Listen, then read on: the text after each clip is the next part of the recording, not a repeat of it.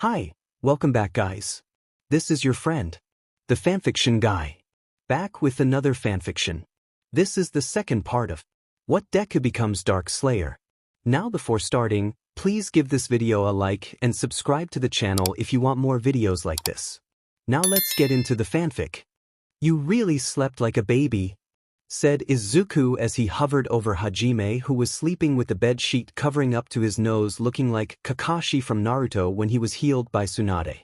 Hajime narrowed his left eye to his best friend, clearly unbothered by the fact that his right eye was already gone as it was bandaged by a freshly new white bandage, as Izuku had decided to treat him when he was sleeping at one point, while also cleaning his upper body with a wet cloth just to disinfect any wound. Although Izuku was doubtful that the concept of infection was going to be an issue given that Hajime was now a hybrid monster, so he had acquired quite a lot of resistance and he was a demon or maybe even a hybrid one, but better be safe than sorry. Excuse me for wanting to sleep after fighting that eating hydra.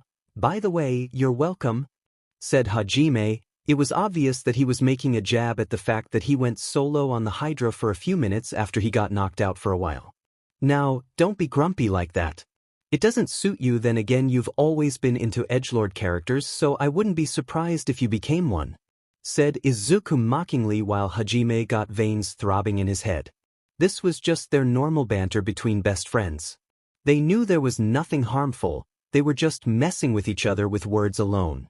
Not to mention, banters like this is what makes them stay human. I'm not an edgelord, shouted Hajime as he sat properly and noticed that he was half naked. He still had worn his pants from before, but his top clothes were removed and instead he could see his bandaged chest. Also, why am I half naked? Asked Hajime while Izuku couldn't help but give him a deadpan look at the stupid question. Why would a person remove his clothes unless, of course, for medical purposes? I stripped you myself the previous day in order to bandage you, unless you really like to sleep in your own sweat and monster blood, said Izuku in a nonchalant manner while Hajime nodded his head in acceptance. Maybe it's because he was half naked that he had slept better. The shirt and jacket were already quite stuffy to begin with, so he didn't care much that he was stripped during his sleep, although he was glad that his pants weren't also removed. Let's leave that aside. For now I've brought you some clothes other than the ones you currently wear. Also, me and you happen to have run into a bath on the ground floor, said Izuku as he tossed Hajime many clothes that he could choose from. Izuku currently wore a dark blue buttoned shirt accompanied by a white pants with a black belt. He also wore brown boots to complete his looks. A certain demon king of tyranny would definitely be proud of Izuku for the good taste. A bath? How long has it been since I've taken one? I will head down there, said Hajime energetically as he picked a few clothes from the pile that Izuku had brought to him. It was just a simple brown shirt and dark brown pants with a belt. He planned to put Donner on the back, looking like one of those Yakuza who'd pull just a gun from inside their pants to shoot. Hajime then turned to gaze at Izuku with an expectant gaze, knowing that Izuku had something to say. He could already guess that Izuku had done more than just enjoy a hot bath, but rather he probably looked around. Me and you have looked around Oscar Mansion and found there are 3 floors to this house. The library and the workshop were the only ones that we couldn't access unless we had the keys to it, explained Izuku while Hajime nodded his head. That aside, we found some sort of a throne room on the 3rd floor with the corpse of the Maverick himself as well as a magic circle in front of it. Me and you haven't done anything yet since we decided to wait until you woke up, said Izuku while Hajime nodded. Well, let's postpone the bath thing. I want to see what's this all about. Maybe this could tell us the exit as well, said Hajime. The whole point of going down there was to find an exit in the first place. I figured you'd say that. Let's go, said Izuku as he walked outside while Hime clicked his tongue repeatedly as he discarded his pants and wore the new clothes. He walked out of the room to be met by Yu as well, but this time the former vampire queen was in her lowly form, as he and Izuku had dubbed it, since it was technically her form when she was 12 years old before she stopped aging. Didn't you just earlier transform into an adult woman? Asked Hajime in confusion, since Hajime had clearly remembered how you transformed and overpowered the Hydra with a single attack. I do have it, but I much prefer this one given how easier it is to control my magic, said Yu simply while Hajime reluctantly nodded his head in acceptance to the answer. Think of her adult form as a battle form, said Izuku, speaking the language of every otaku, which Hajime immediately understood the meaning behind as he looked at you momentarily before nodding his head. It was like that Isekai novel he had recently picked up, which is That Time I Got Reincarnated as a Slime, where the white ice dragon Velzard has her own concealed form which takes the form of a young girl while also having her true form or battle form that give her the appearance of a mature woman. I see, that seems logical enough, said Hajime while you was somewhat surprised seeing that Hajime understood from Izuku's small sentence, but then again Hajime always striked her as a smart person. Now then, it's best if we head to that throne room, said Izuku while the two nodded as they didn't waste any time and started to head towards the room that both Izuku and you had found. Ajin, who was unfamiliar with the lair, walked slowly before he stopped to look at a window which showed sunlight. Opening the window, he couldn't help but smile as he saw the ray of suns peeking through. The sun? No, it couldn't be, muttered Hajime to himself as they were still deep inside the labyrinth, most importantly in the home of Oscar Orcus, one of the Mavericks who rebelled against the gods.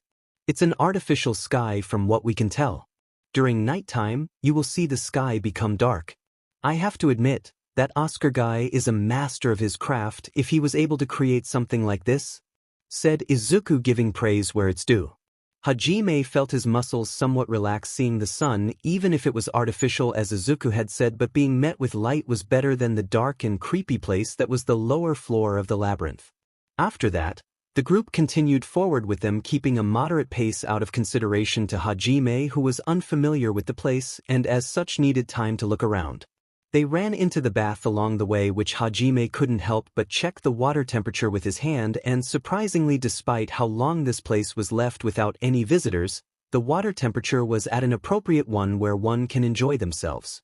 I will have to take a long one at night, said Hajime as he pulled his hand from the water and turned towards the two who patiently waited for him as they moved once more towards the staircase.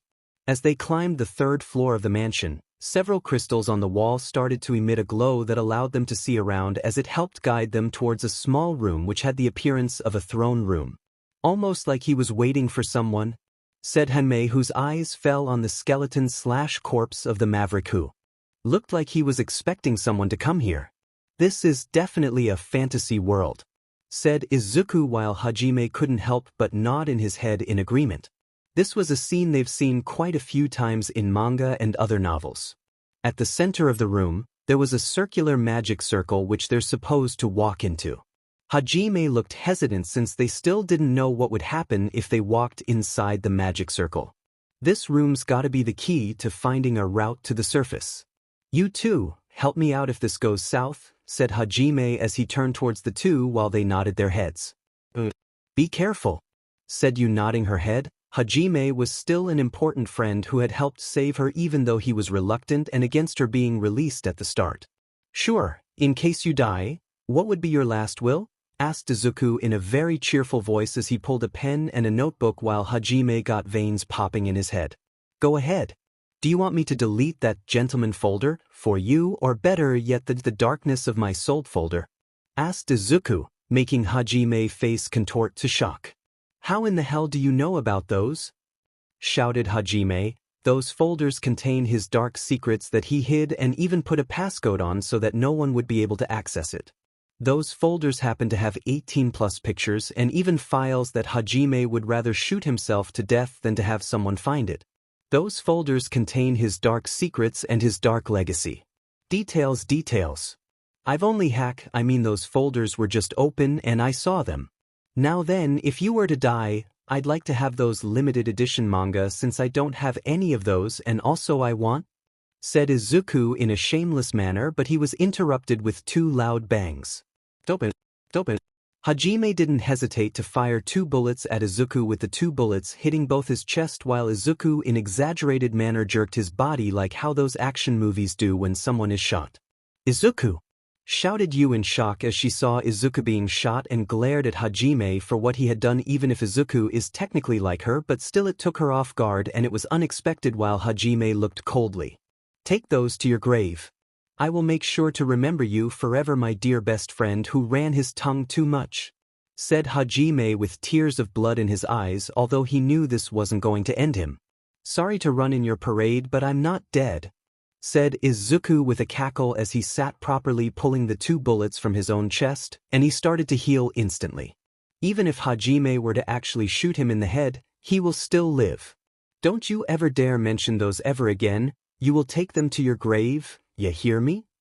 Shouted Hajime threateningly as he pointed the muzzle of the gun at Izuku, who waved both his hands like some criminal who got told to raise his hand, but it was a mocking one. Yes. Why are you so upset? I'm giving you the opportunity to write your own final will. Don't you want to take the entire computer down with you to the grave? Asked Izuku with a raised eyebrow while Hajime blushed. Don't speak such nonsense, I won't die, shouted Hajime as he huffed and walked towards the magic circle, which started to glow red while you checked on Izuku, seeing that he was okay and unharmed. Izuku wasn't really offended in the least by Hajime shooting him. The two had already lost their common sense down in the labyrinth, so shooting each other was the equivalent of a playful wrestling or a playful punch on the shoulder. Hajime froze as he grabbed his head as if he was being poked all over by a lot of needles. His memory was currently being reviewed by the magic circle. Then, a ghost-like figure had stood up from the throne room revealing Oscar Orcus, but this was a holographic, a recording that he made before his death. Hajime instinctively reached for Donner on his back ready to defend, and so did Izuku, who was holding onto the Yamato. My name is Oscar Orcus. I am the man who built this labyrinth. You've done well to survive my trials and make it here. Oscar introduced himself to the group while Izuku grip slightly eased on the Yamato. The term Maverick should be familiar to you, yes? Asked Oscar, but it was a holographic, so he had no way of knowing who was before him since this was only a recording. So you're him?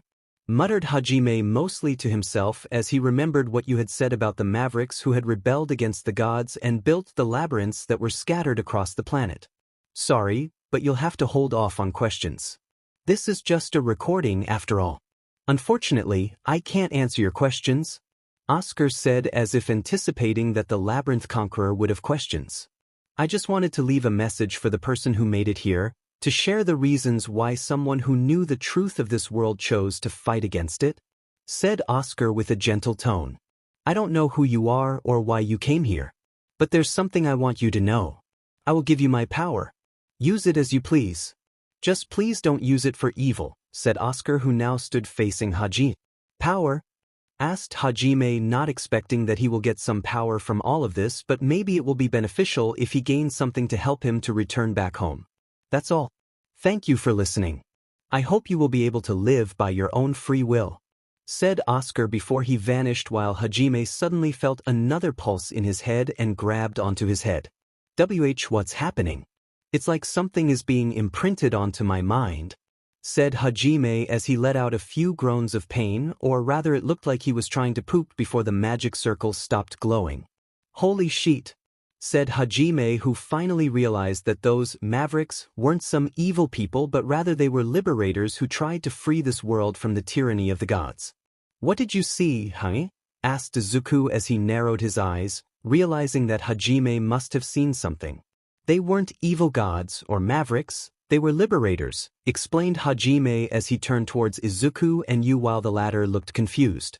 What now? Asked you. She didn't know much of the details, but she knew that this changed everything. Will they fight against a hit in Alva or not? We told you before, we don't give a crap about what happens to this world. We're going home.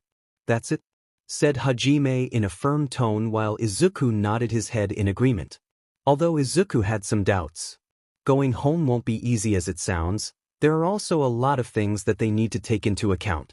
If the gods are evil, then there will definitely be agents that will simply try to stop them from returning. It wouldn't be a surprise if he hit himself were to come down to pick a fight with them.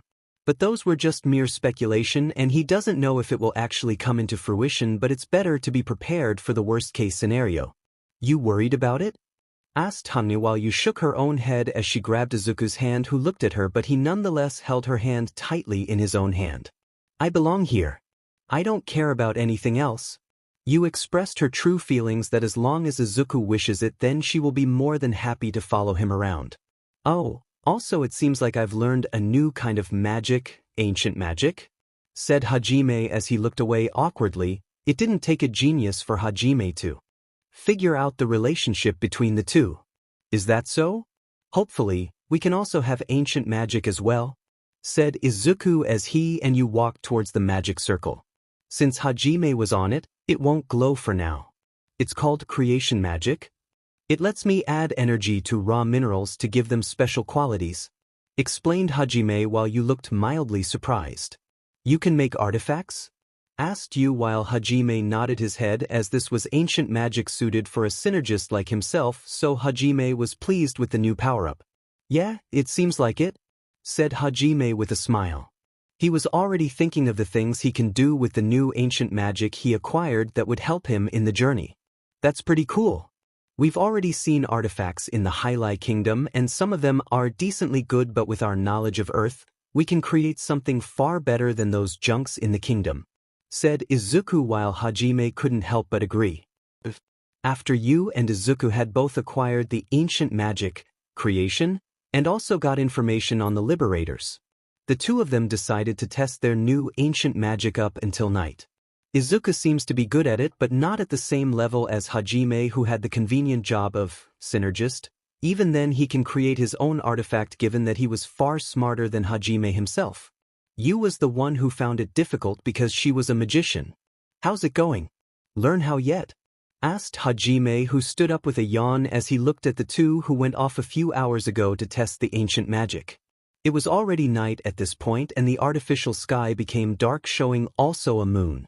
I did, but artifacts are hard, said you. She had quite a lot of difficulty using it, but she was not discouraged that much because she could already tell that she wouldn't have talent for it. It was a little easier for me than with you, but I don't think I will need to use it.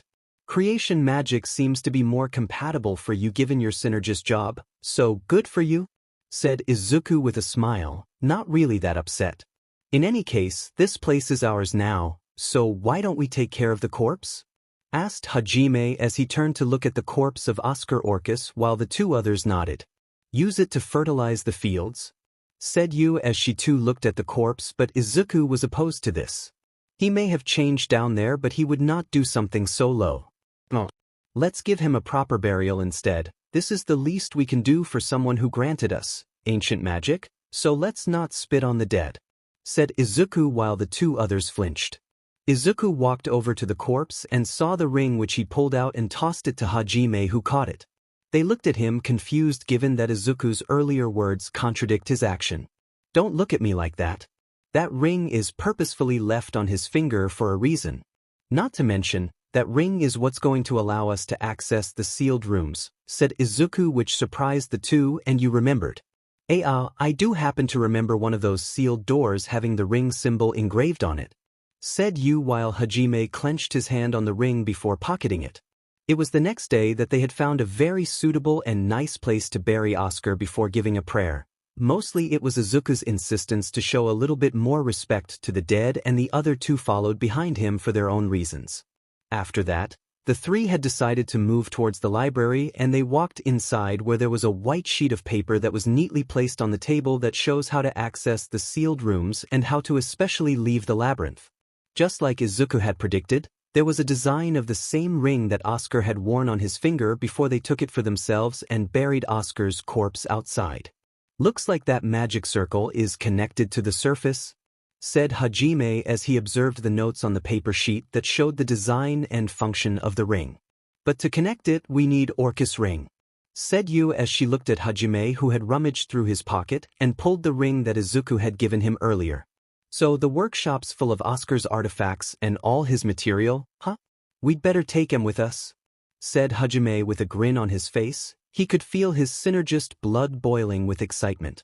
Izuku, look, said you as she came back with a book, but it was not a normal one, but rather it was Oscar's diary from when he was living in the labyrinth, while Izuku's interest got piqued as a result.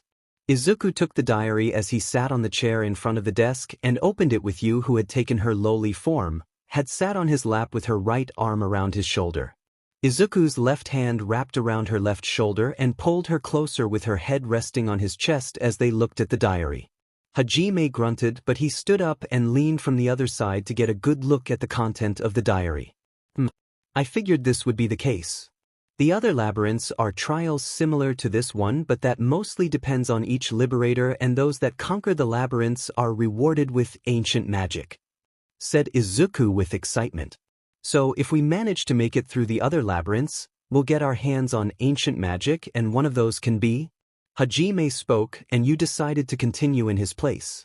"You may find a way back home," said Yu in a low voice, but the two heard her clearly.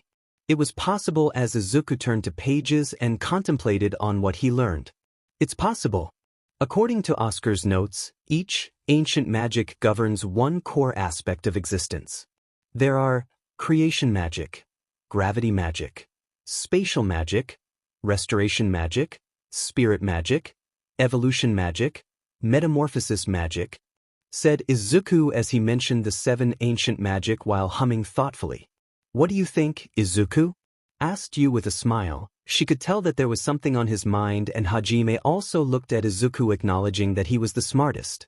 "Actually, my theory is that there could be an additional ancient magic," said Izuku, which made them raise an eyebrow in confusion since it was not really mentioned. "What makes you think there is an additional ancient magic?"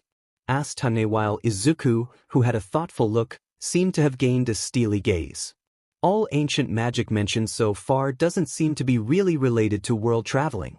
This leads me to believe that by combining all ancient magic, a new ancient magic is created from it," explained Izuku his own theory while you seem to have an idea. "It's like combining 2 spells together to create composite magic," said Yu, who was the magic expert and as such had combined spells before in the past, which is what made her a terrifying opponent. "That's precisely correct. It could be that they know or may not know, given that each of the Liberators only used 1 ancient magic. This is just a mere speculation, but I bet this will be the case," said Izuku with confidence that his theory is correct. "As expected of you. We'll just have to clear the other labyrinth and test that theory out unless we can gain confirmation," said Hajime, feeling a little bit of hope welling up in his chest. 1 month had passed ever since the group of 3 had made the Oscar Labyrinth as their base of operation. Hajime, who had managed to access the workshop, could only salivate at the blueprints of many of Oscar's projects, with the one that caught his attention the most being the golems. Izuku, on the other hand, didn't really particularly need to create anything with creation magic, and instead he prioritized knowledge. To Izuku, going on in the world with no knowledge is like running with your eyes blindfolded. It won't work that way. He had read Oscar's diary extensively. Of course he could tell that Oscar had omitted a few things and only ever talked about things like his relationship with the other Liberators such as Milady, Neyes, and the other Liberators. He had also learned about this weird hate/love relationship between him and one of the Liberators named Vonder Schnee due to their different opinion on art. Oscar and Vonder were basically this world version of Sasori and Deidara from Naruto Shippuden. Izuku didn't learn much, but the diary did confirm quite a few of his theories, such as the fact that a hit had something akin to the royal guards that does his own bidding, which are the apostles of God, that possess enough combat prowess to fight 3 Liberators and almost take them down. Izuku knew he was strong to the point of being abnormal. Even Hajime, who is already a monster, was not as strong as him.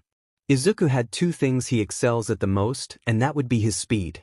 Both skills, Blink Strike and Flashing Strike, combined together are enough to make him into a true menace to this world.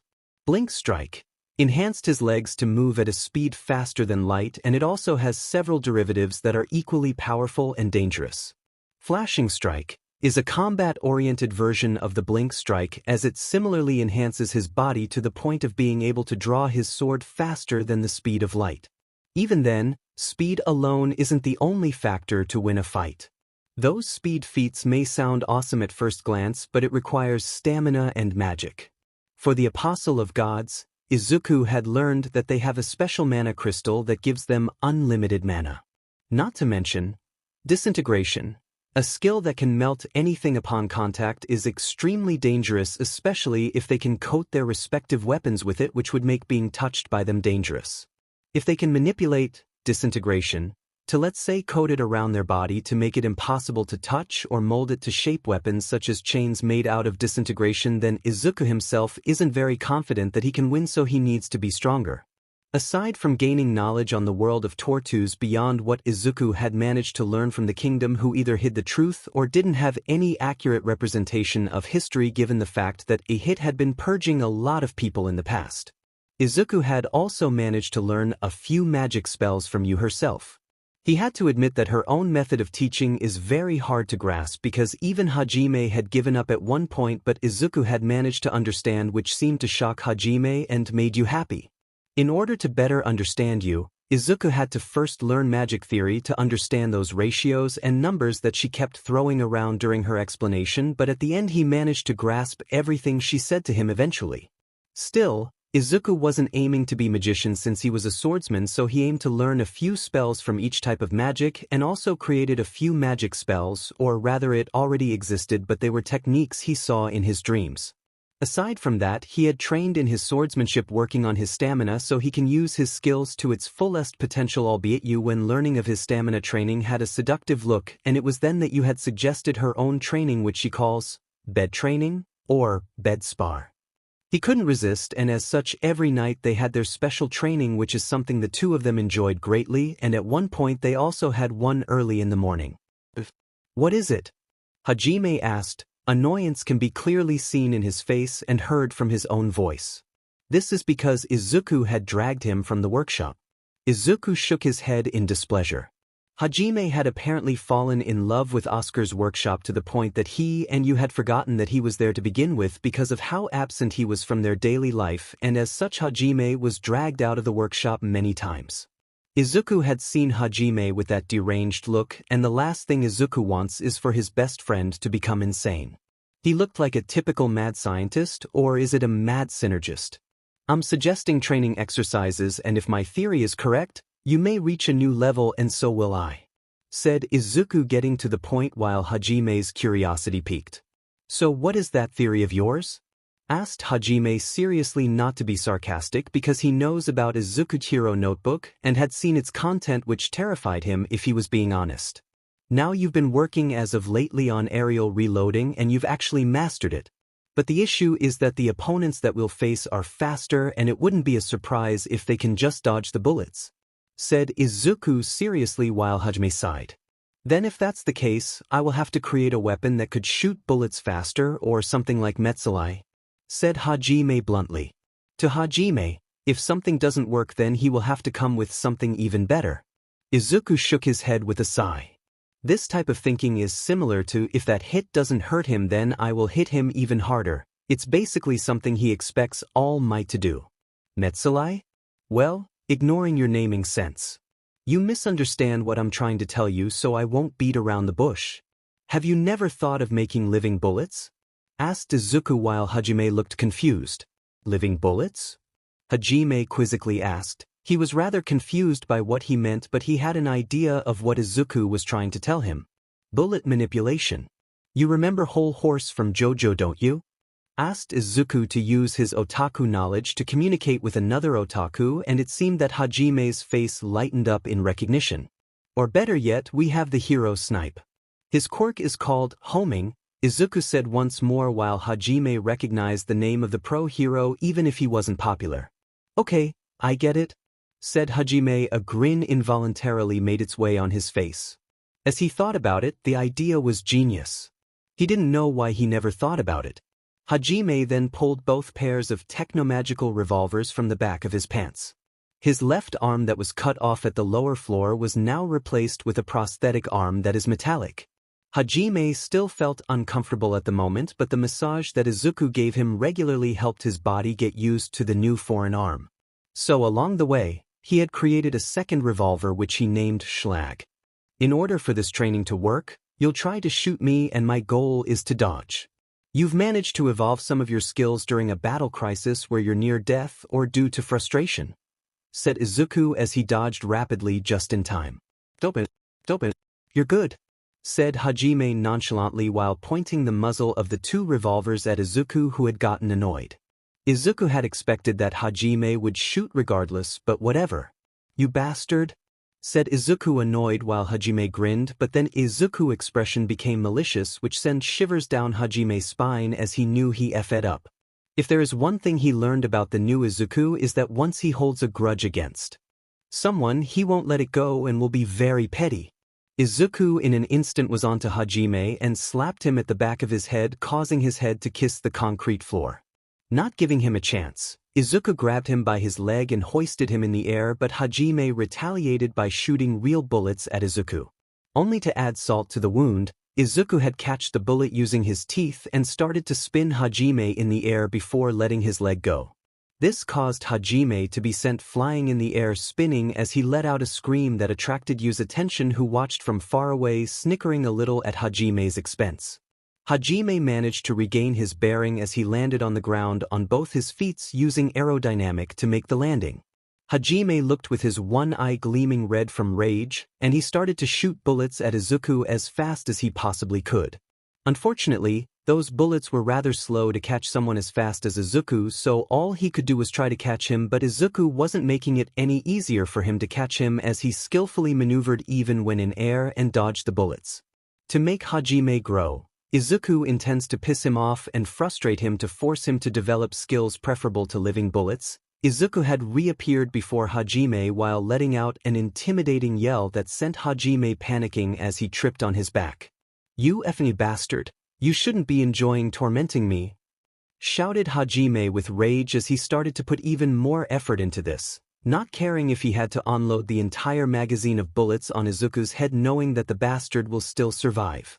"Well, you're too slow to catch me, you might as well be a snail," said Izuku mockingly as he placed one finger and did an eyelid pull or a canby while pulling out his tongue. "Are you a damn child?" shouted Hajime as he started to shoot bullets after bullets, while Izuku smirked as he skillfully dodged and even started to dance, making Hajime irritation increase. "You haven't seen what I can do as of yet," said Izuku as he appeared before Hajime while sliding in between his open leg while at the same time pulling his pants down. "Kaya!" Hajime let out a not-so-manly scream as he started to pull his pants up to save face. Yu, who was watching from afar, giggled at seeing Hajime being tormented, clearly enjoying this. "That's such a girly scream right there," said Izuku, leaning with his body weight as his voice was dripping with mockery and sarcasm, which made Hajime even more angered. "You're so dead," shouted Hajime as he pulled flash grenades and started to throw them at Izuku, who was surprised, which exploded. Hajime proceeded to shoot bullets, emptying the entire gun of the ammo. "Wow, you really got him," said Izuku with a fake surprise tone as his hand was draping over Hajime's shoulder, who turned to look at Izuku in surprise while Izuku grinned maliciously at him.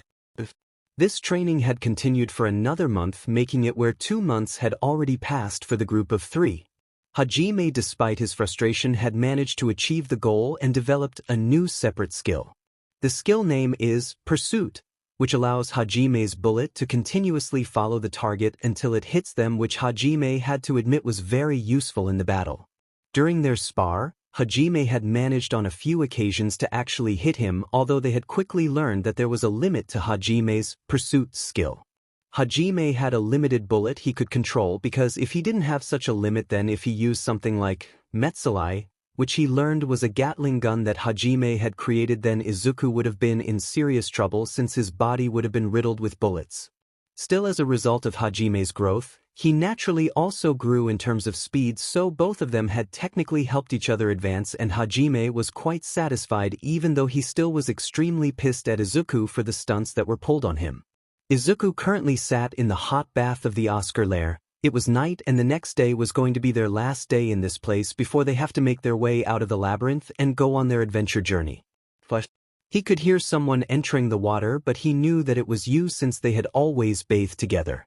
She looked at him with a smile as she stood naked. She was still in her little form, which Izuku didn't mind. Izuku smiled and pulled her into his arms, which she allowed herself as she snuggled into his arms with a comfortable sigh. On her finger was a gleaming ring because at one point, Izuku had created for her a ring and gave it to her. It was obviously made out of the Iglan's crystal, which is very popular among the nobles as a crystal that is used on engagement rings. Yu's face that day when he got on one knee and proposed to her was priceless. That day, Yu never let him leave the bed, not that he wanted to leave. Hajime learned about it and gave the congratulation, but he could tell that his best friend was uncomfortable, not out of jealousy but rather because he had not really expected the relationship between him and you would escalate to the point that he would outright ask her hand in marriage. Nonetheless, Hajime had shrugged his shoulders. He was far more focused on his goals than to pursue relationships, albeit he was more into rabbitmen because he found their rabbit ears to be cute and even wondered what it's like to touch them. Besides, he and you were not particularly close to begin with since he was against her being released at the start. Even after she was released, they didn't talk much with each other, so Hajime was not really that upset over the relationship.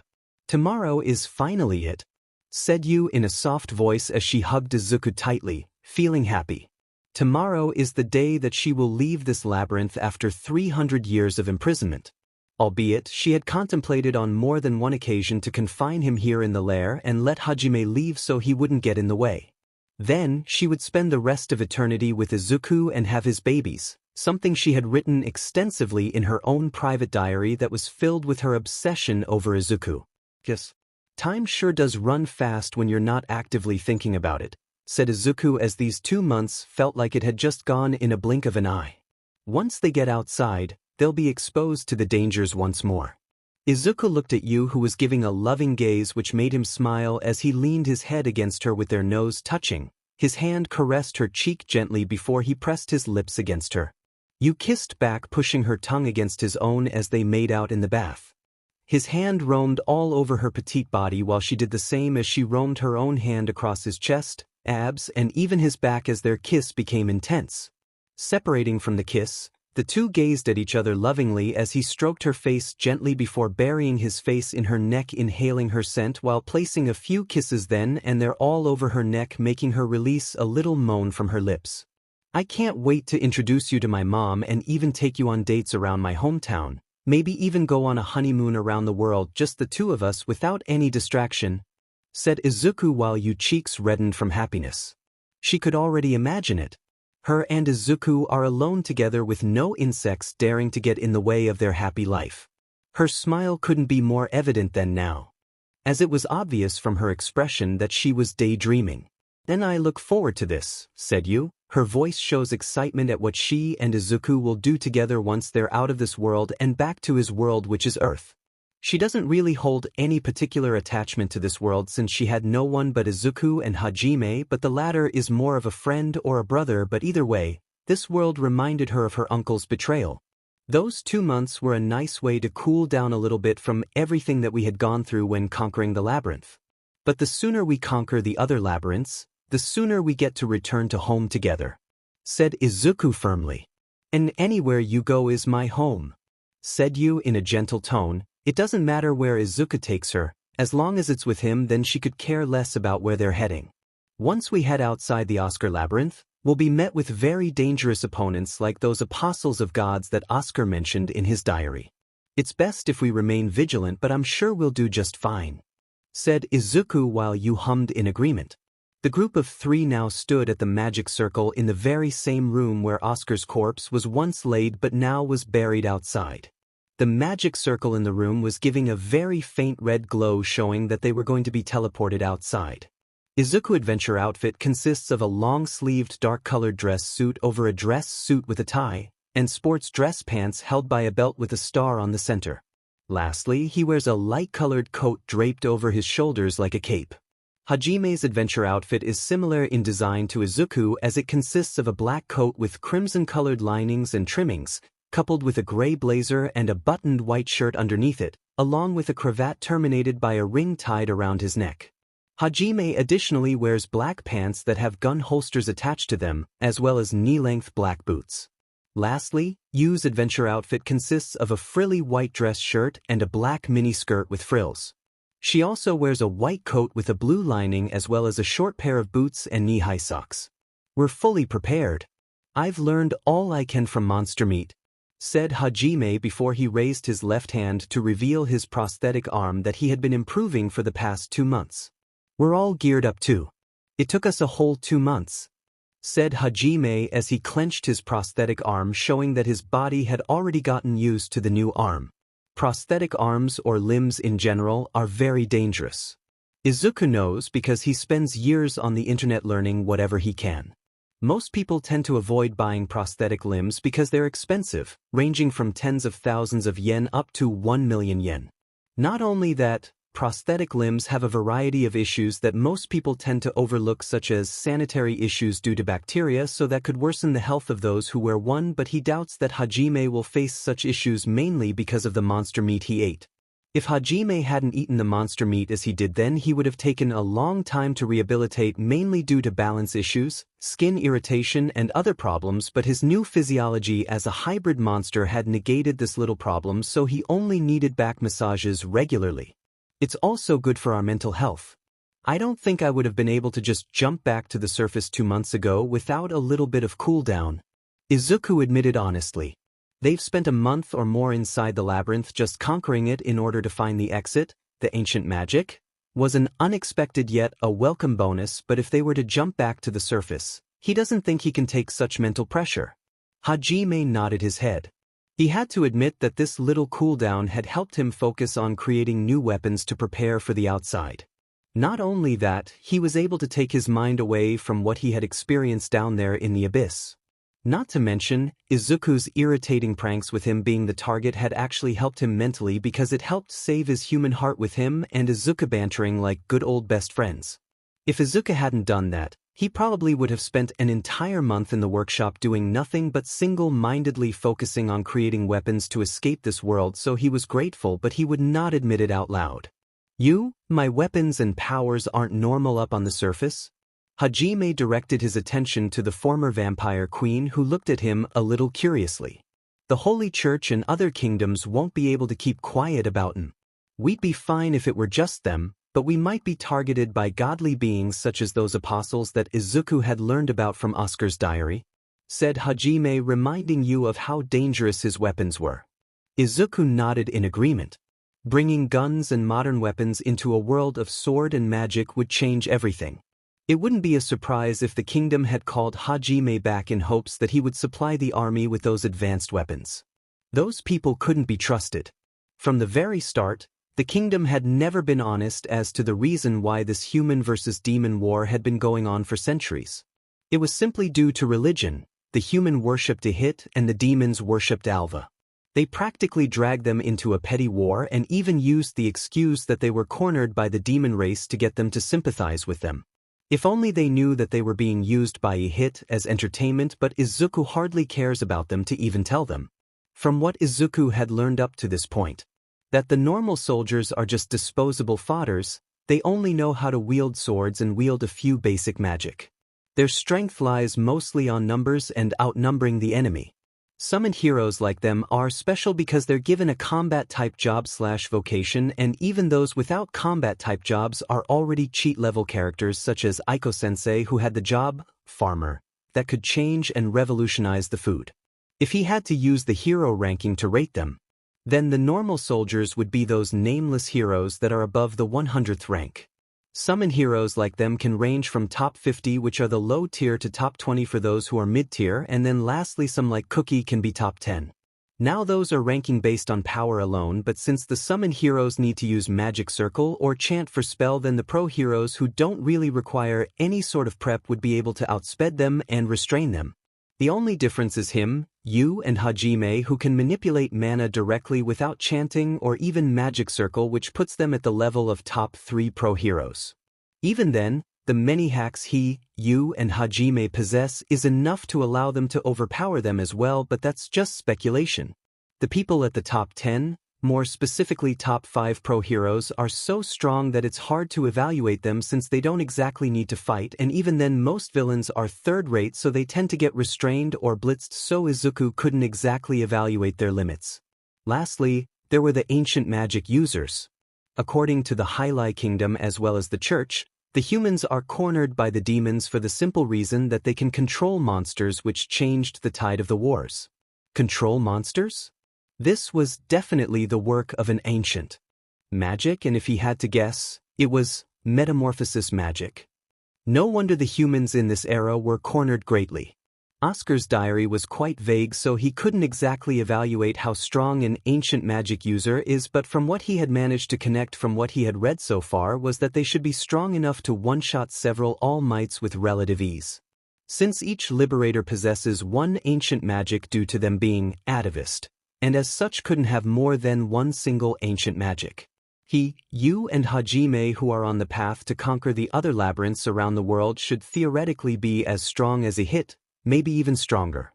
The reason he thinks that is because according to Oscar's note, those who had an ancient magic were said to be descendant of God and possess a fraction of his power, which led him to assume that a hit possess all ancient magic. It might just be us against the world on this journey. We may not have enough lives saved up to survive it, said Hajime while Izuku snorted a little at that. Don't worry, Hajime. We won't die that easily as long as we don't get too cocky, said Izuku, which is his honest opinion. Leaving aside his and Yu's immortality and ability to regenerate from things like decapitation, as long as they don't allow the enemy to get the best of them, then they're good. The red glow of the magic circle had increased than before, and then they disappeared from Orcus' lair. The Holia tribe is a tribe of rabbitmen that formerly resided in the Sea of Trees, which was a safe haven for beastmen/demi-human, as it is surrounded by an impenetrable fog that makes it impossible to navigate it unless you're a beastman. The Holia tribe are a docile tribe considered as the weakest of all beastmen, and as of few years ago, they were forced to flee the Sea of Trees for the fact that they harbored a person who has the ability to use mana, which as per the custom makes her cursed, and as such they attempted to execute her. The Holia tribe may be a docile tribe, but they had a sense of unity. It wasn't simply because the person they harbored was the daughter of the head of the Holia tribe, but rather they valued each other, and as such they all willingly left together. As such, the Holia tribe headed to the north, which eventually led to them being discovered by the Holia Empire's soldiers, who are known for their enslavement of beastmen and discrimination towards them, and were chased all the way to the Risen Gorge. Unfortunately, half of them were captured by the Empire soldiers and definitely transported back to the Empire for them to live a life of being slaves. It was a fate worse than even death itself, but what can they do as the weakest race? Even then, all of them were aware that as the weakest tribe that they would be either ended by one of the monsters that are roaming around or get themselves captured by the Empire soldiers and turned into slaves with no freedom at all, as this was the fate of being in a world where survival of the fittest reigns. Even then, one person among them had refused to yield to such fate. This would be Shay Holia, the daughter of the head of the Holia tribe and the one who all the misfortune that befell her own tribe was due to her existence. At least this was her honest thoughts. As such, she embarked on a dangerous journey to find her tribe's saviors.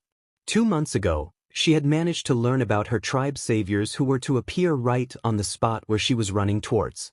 How does she know this? Well, aside from her ability to manipulate mana, she is also an atavist with a unique skill that allows her to view the future more so when her own life is in danger, such as now where she is chased by a monster which is the Dihedor that possessed 2 heads. Luckily, she was able to hide somewhere behind the rocks while the mindless monster walked past her, clearly looking for her. Shay knew she wasn't going to be able to hide forever, and as such she was a little bit impatient for those 3 to appear and save her and her tribe. Shay is a very attractive and beautiful rabbitman with blue eyes and light blue hair, along with the rabbit ears atop her head, which is unique for her race and clan. She takes pride in her large chest and her gallant figure, which makes her come out as self-centered. She had decided to use any means to convince her saviors to help her, even if it meant using her natural good looks and her exceptionally gifted large chest to seduce them into helping her tribe, since she had managed to identify that among the group was 2 guys. She was aware of how those Empire soldiers had looked at her when she encountered them once. She knew that she was a beauty and she was going to use it to her own advantage. Shay was willing to make the sacrifice for her own tribe. "I'm so tired of waiting. When are they going to appear?" wondered Shay in an impatient voice filled with desperation as well. The tension was quite high for her as she kept peeking every time towards the location she had foreseen in her vision. Her excessive movement along with her rabbit ears that were sticking out was not helping her, especially at the end when she recklessly stuck her head as well as her entire torso to stare, which proved to be a fatal mistake. Such an ominous sound was heard by Shay's sensitive ear as she turned her head robotically to see the Dihedor who was chasing her as of earlier now staring at her with a drool leaking from his mouth showing that it was hungry for a rabbitman flesh. Eek! Shay squealed loudly and another chase had happened with the Dihedor with two heads chased after her once more. The group of three had been successfully transported outside the labyrinth as their view was filled by the crimson light from the magic circle.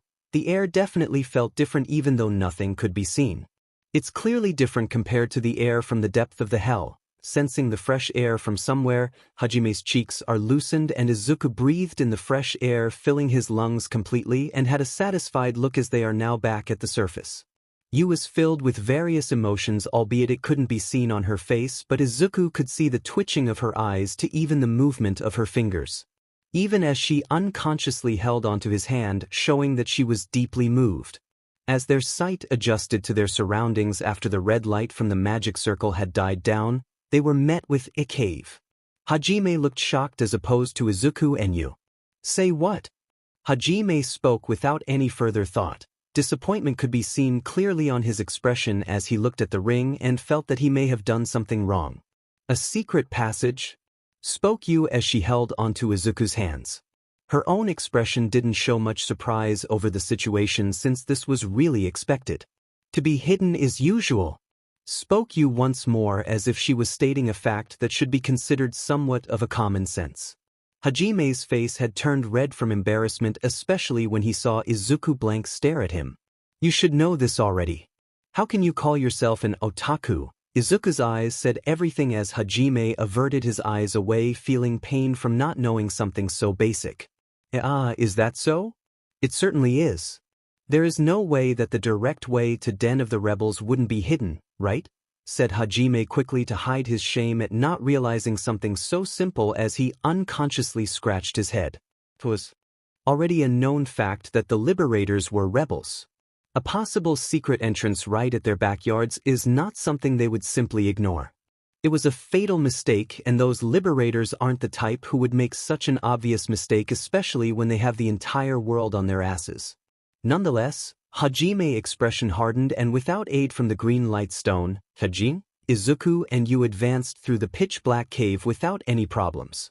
On the way, though there were many doors with seals and traps, the Orcus ring would react, canceling the activation altogether. The three of them were cautious at first, but soon lost interest as nothing had happened so far and continued to advance, till they finally found light. It's the light from the surface. The light which Hajime and Izuku for the past few months, and Yu for the past 300 years sought for and now they were seeing the light of freedom. Hajime, Izuku and Yu came to a stop when they saw it, looking at each other exchanging glances, the three of them grinning, and simultaneously started to run toward the light that they yearned for. As they approached the light which was gradually getting bigger, they could feel and breathe the air from the surface. It was different from the stagnant air from hell. The air was cool and fresh. Hajime had never felt as much as now how delicious the air was. Thus, Hajime, Izuku and Yu jumped into the light and reached the long-awaited surface. To the humans who live above ground, this place was a hell, an execution ground. Below the cliff, magic could hardly be used, even so, a lot of powerful and brutal monsters live there. Hajime, Izuku and Yu were currently outside of the cave at the bottom of the Risen Grand Canyon. Although they were at the bottom of the earth, the sun from above poured down bright and warm light. The fragrance of the surface mixed with the wind was tickling their nose. Compared to any kind of place it could have been, this place was surely the surface. In a daze while looking at the sun above their head, Hajime, Izuku and Yu's facial expressions gradually turned into smiles. Even Yu, who was expressionless by default, could be seen smiling broadly by anyone who had looked at her. Yeah. We made it back. Shouted Hajime with both arms raised up in the air for a loud cheer that every monster down there had heard but he didn't care. Hell yeah! Shouted Izuku as well in a cheer, he was moved by such a sight. He didn't care if he attracted attention down there, this was enough to celebrate. Yeah! Yu also shouted with a smile on her face. Yu, who was known to have an expressionless face and emotionless voice at times, had shown too much emotion on her face as she was now back at the surface after 300 years of solitude. Yu giggled as she rushed towards Izuku with her arm open for a hug while Izuku grinned as well, letting out a small chuckle before the two hugged each other and fell to the ground without any care whatsoever. Their lips met as they made out without any care in the world. The air started to turn pink as if the two had isolated themselves in a separate dimension, as if they were in a world of their own. Tisk. Hajime turned his face away from this mushy stuff. He would not admit that he was a little jealous. He too would want a girl he could do this with, but maybe later. Several ugly-looking monsters surrounded the group of three. Izuku and Yu laid on their respective backs, looking very annoyed by how those groups of monsters had rudely interrupted them. Sheesh, how rude can you get? Izuku asked, expressing his annoyance at those monsters that surrounded them while Yu felt the same. You should have let us enjoy ourselves a little bit longer, said Yu, her voice emotionless, but yet one can tell that she was rightfully angry since they interrupted such a heartfelt moment. Fine by me though. You'll make good target practice for my new gear, said Hajime with a grin, clearly unfazed as he summoned both the reborn Donner and Schlagen from the treasure trove. Using pursuit skill, Hajime fired 2 bullets which he controlled, and it started to pierce the heads of the monsters at a blinding speed, which resulted in the monsters being ended before they could make sense of what happened. Hajime didn't need to waste as much bullets, nor did he need to reload his revolvers, which made him grin. He no longer regrets following Izuku's training regiment since it yielded results. After all, Izuku has always been about being efficient than being wasteful, and instead of wasting all 12 bullets, he instead only used up to 2 bullets that had done its intended job. What's wrong? Asked Yu curiously as she looked at Hajime, who looked at the 2 revolvers with a frown. Izuku understood what was going on because he too felt it. We're in the Raizen Gorge. According to the history books, it used to be an execution ground due to magic being weakened down there, and from Oscar Diary, the Great Raizen Labyrinth should be located somewhere here, said Izuku, clearly remembering the books he read. The kingdom didn't have much information, or rather it was probably classified or covered up since the events were more than thousands years ago. It was from Oscar's diary that Izuku had learned that the Raizen Gorge belonged to a powerful family of magic users called the Raizen. Those people were believers of a hit, and as such they executed heretics that the church had ordered to be disposed of for their crimes. The Great Raizen Labyrinth belonged to the leaders of the Liberators, which is ironic considering that the princess of the Raizen had rebelled. The spell is being dispersed, said Yu in a little surprise as she raised a finger and ignited a small fire spell, but it soon dispersed, which proved Izuku to be correct. Yeah, the same thing happened with my lighting field, said Hajime as he had noticed that his bullets were a little bit slower. That was due to the lighting field being weakened. Me and Izuku can take care of any monsters that come our way, so let's go look. Whoa. Hajime, who looked back at Yu, gasped in shock when the fire spell ignited on her finger burst out, and this time it wasn't dispersing. Hajime had imagined that given that Yu was a magic user, that this place would be a total nightmare for her. So he told her to leave everything to him and Izuku, who are physically strong enough to rip a monster in half even without the use of magic. His way of thinking is logical and filled with common sense. At least that would be the case if it was some run-in-the-mill magician who needed to use chance and magic circles. Yu, on the other hand, was the best magic user to the point of being called a genius ever since she was only 10 years old. Fixed it. You just have to use so much mana that it can't get dispersed, said Yu in a calm voice as if she was dealing with some minor nuisance, while Hanmei was baffled. In such a situation where magic is being dispersed down here, the solution that you came up with is to use too much mana that it can't be dispersed. It was common sense. It's like dealing with a large fire that is burning an entire house.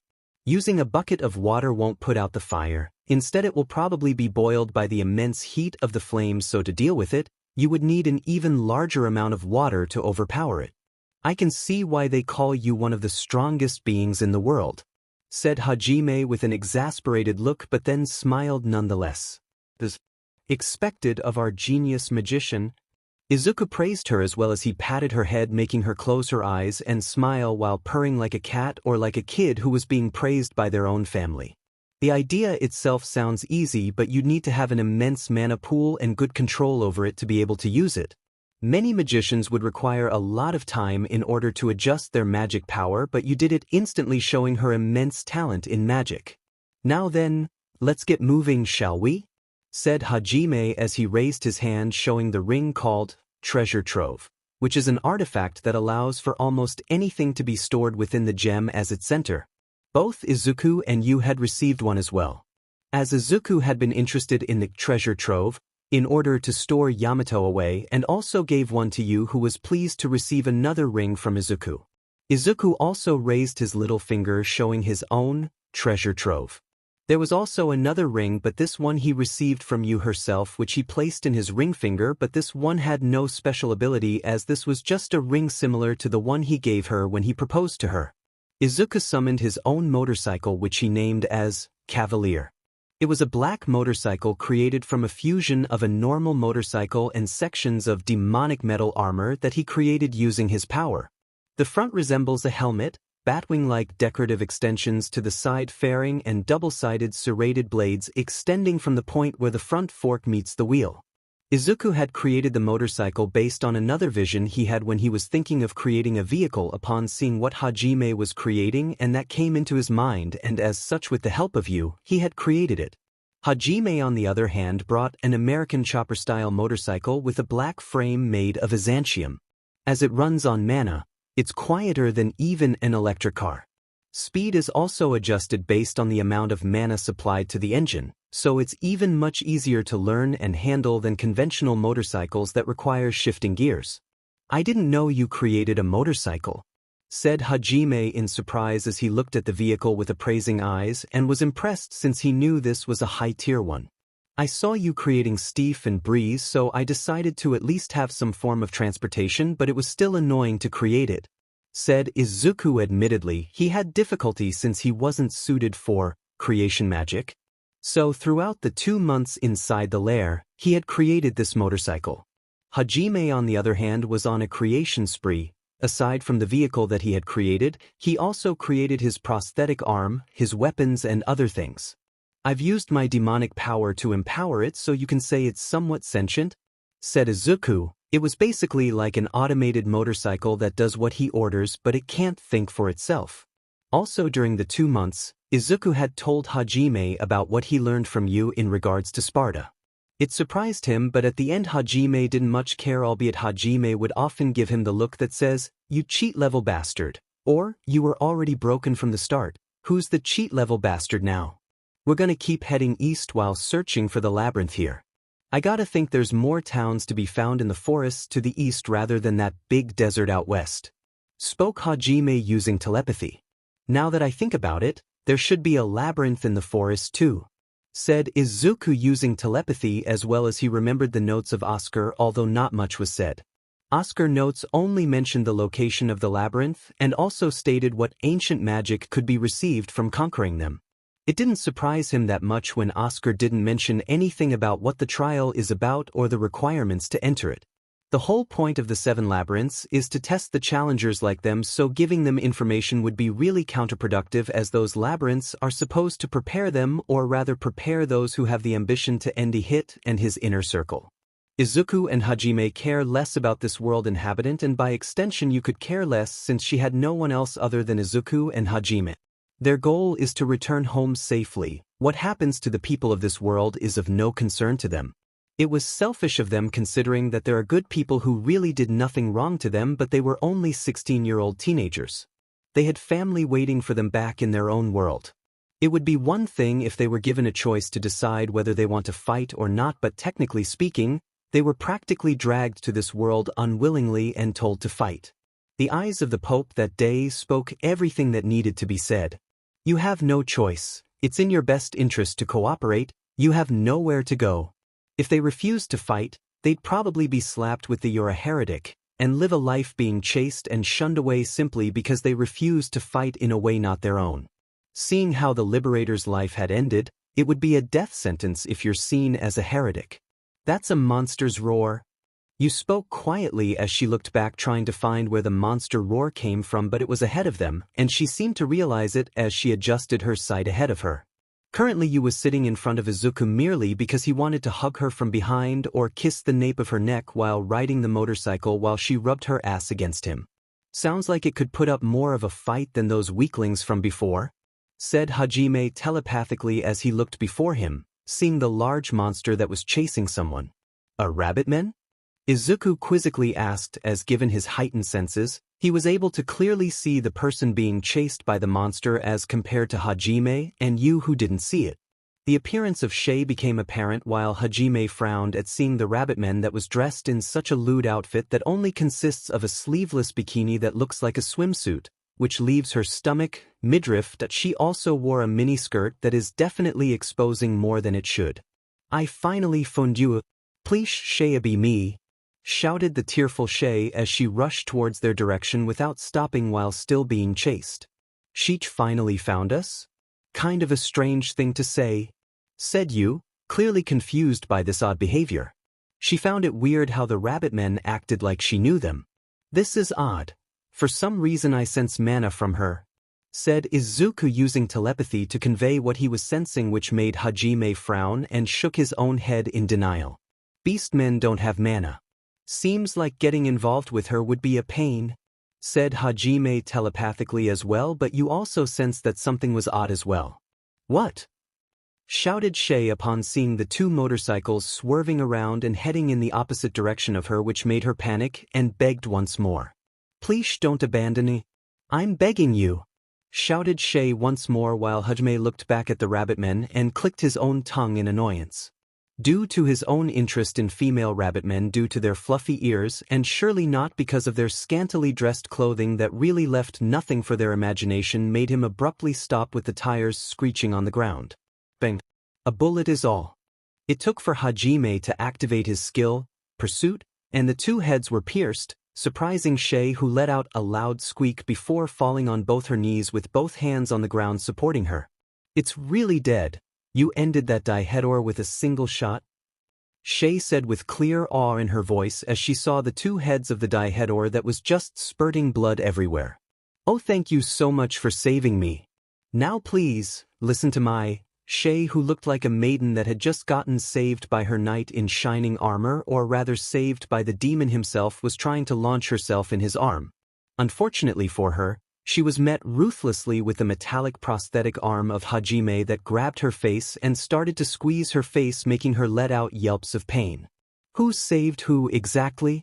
Asked Hajime menacingly, looking even more like a demon than a prince. Sundara Hajime would never admit out loud that he had just saved her out of the kindness of his heart, especially considering the reason he had saved her was due to his fetish for female rabbitmen. He'd be breaking his own character. There was an enemy in front of me, so I beat it down. That's all. Don't get the wrong idea, said Hajime like a typical Tsundere character mixed with an edgelord character. As he let his grip loosened, Shay fell on her back and started rolling left and right while holding her face from the pain of having her face being squeezed this tightly by the prosthetic arm that threatened to crush her skull. Izuku and Yu looked at each other in amusement. The two knew full well that Hajime had a fetish for female rabbitmen. It was pretty obvious from the way he acted like he didn't care when he actually did care. I don't have time to waste on some rabbit I don't even know. Time to hurry up and get out of here, said Hajime loud enough for Shay to hear as he turned away from her. Sorry about that, you two. Let myself get caught with this weirdo, Hajime said as he looked at the two who were giving him an amusing look which made him shiver as he realized that they could read him too well. I'm not letting you get away. If you leave now, the future is going to change, said Shay through the tears and some snot that was going down her nose. Future is going to change? Thought Izuku and glanced at Yu, who seemed to have had the same thought as she too had caught onto what Shay had said earlier. Hajime turned towards her, but his eyes fell directly on her rabbit ears that were moving in a hypnotic way that attracted him, but he can't just openly play with her ears without giving himself away. He placed his hand on her head, which made Shay smile, thinking that he had a change of heart, only for him to grab both her ears and use his lighting field, electrocuting her, which made her go ababababa. If Hajime's otaku parents were there, he could already imagine them tearfully kicking Hajime in the gut for doing something like that to a cute fantasy rabbit wearing such a scanty dress. Oh ho, It really does work if you put about 10 times as much power into it, said Hajime, not admitting that he wanted to feel her rabbit ears before he let her go. Well, you never know. If you try and live every day like you'll die tomorrow, I'm sure things you'll work out. Good luck and all that, said Hanmi nonchalantly as he turned his back once more on her with his mechanical prosthetic arm raised in the air. Oh, I didn't see anything like this happening in my predictions, said Shay as she nursed her head that just got brutally electrocuted. The fact that she was still standing shows how impressive she is. Prediction. Future prediction or sight? Muttered Izuku, just enough for you who was standing next to him to hear and looked a little bit surprised, but she also came to the same conclusion. An atavist. Spoke you quietly as the two looked at each other, seeing that they were of the same thought, and smiled at each other, almost bringing the pink world once more. What is your problem? How could you do all that to a drop-dead beautiful girl like me? Shay screamed out loud at Hajime, who just sweat-dropped. So she's self-centered, thought Izuku amusingly. You'd have to be self-centered to just call yourself a drop-dead beautiful girl, especially when in the presence of someone like you.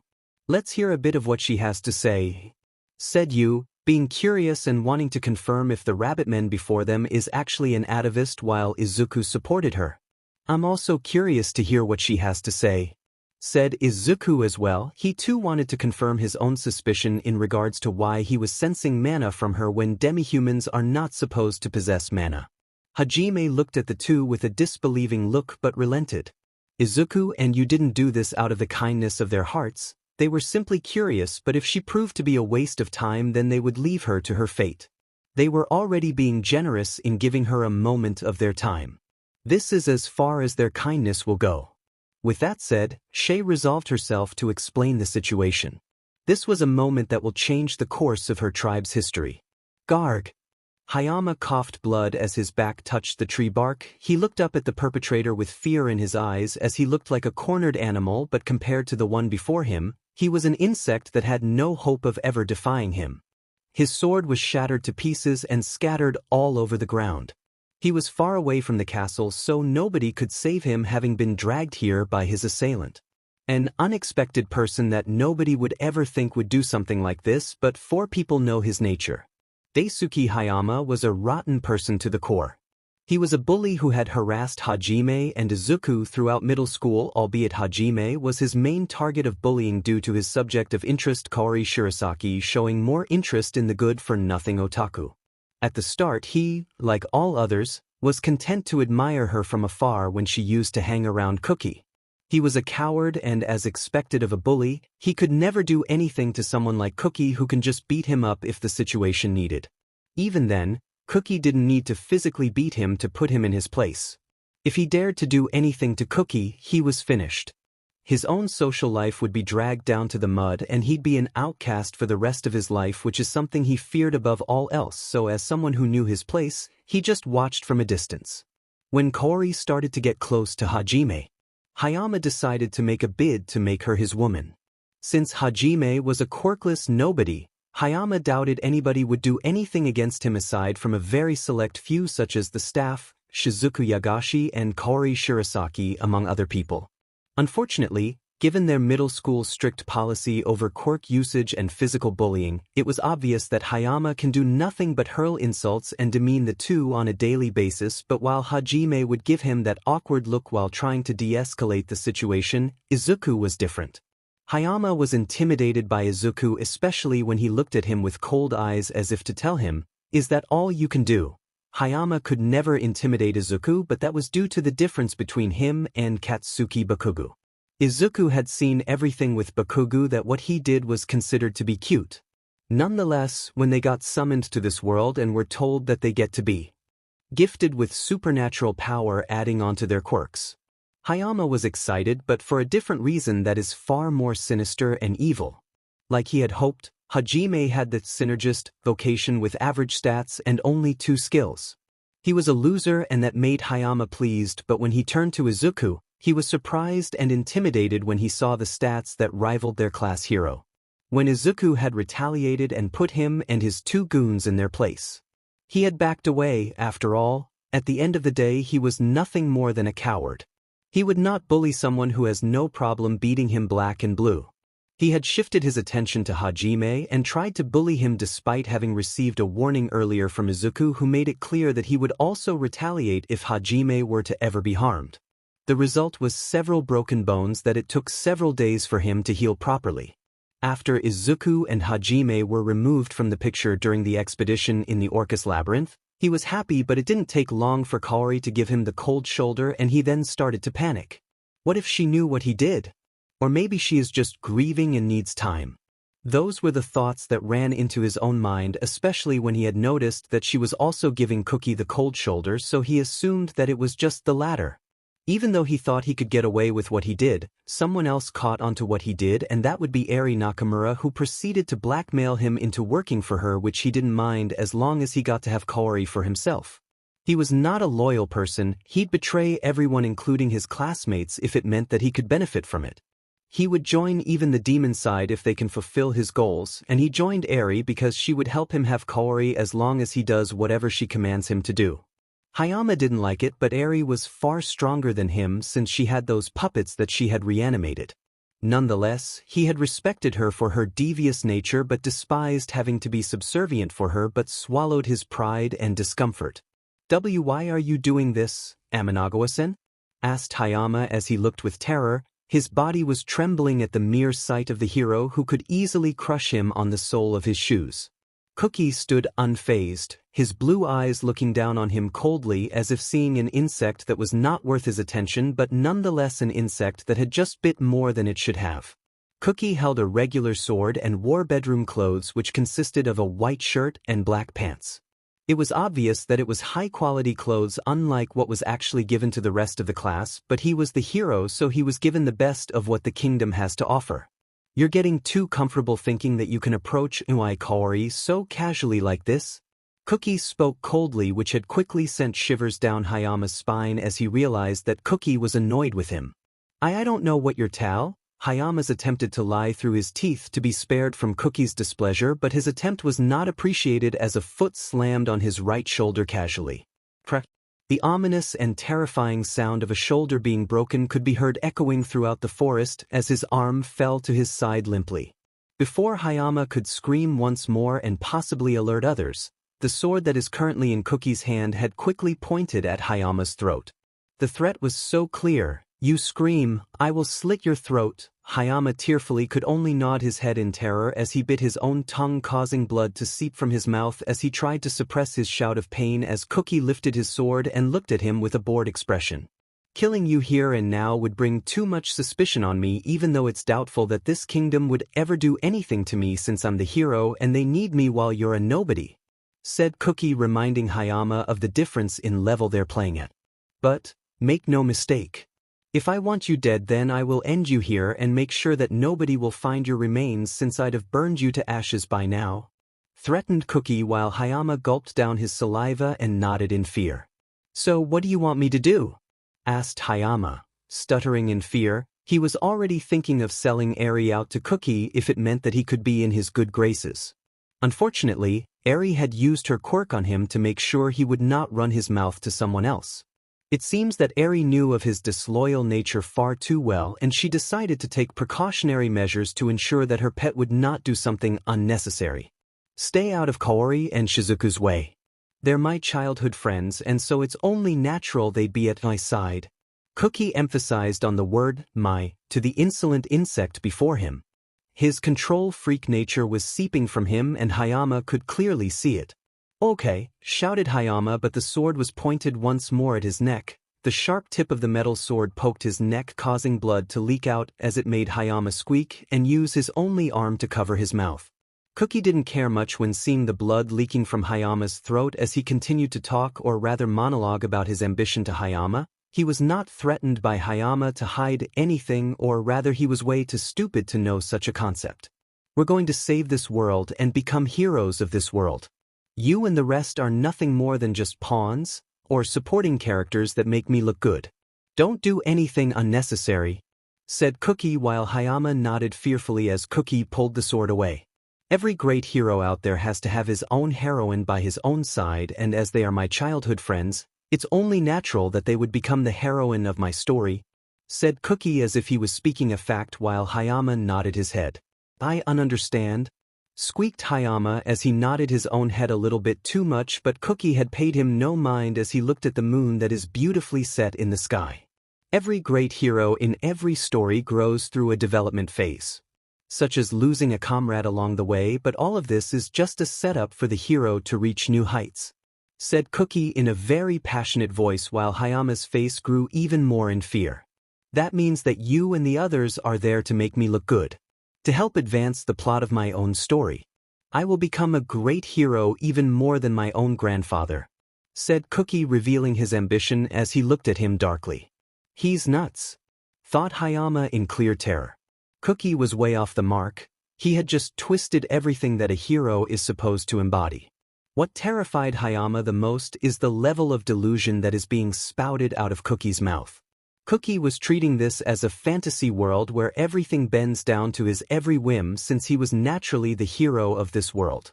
To Cookie, sacrificing others was not really wrong since he is the hero, so they're obligated to do so to advance the plot of his story and make him gain more power and grow.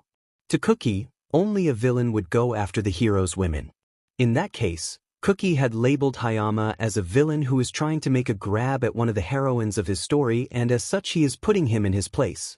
To Cookie, his classmates should be happy that they're just another stepping stone to him. After all, in all the story, whenever a comrade sacrifices their life for the hero to advance, they're all smiling while saying something cliché like, "Defeat the Demon King for me, Hiro-sama."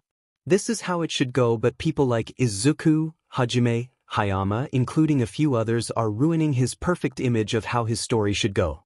His mood was bad considering that as of recently, both Kaori as well as Shizuku are rebelling against him, but patience is bitter, but its fruit is sweet.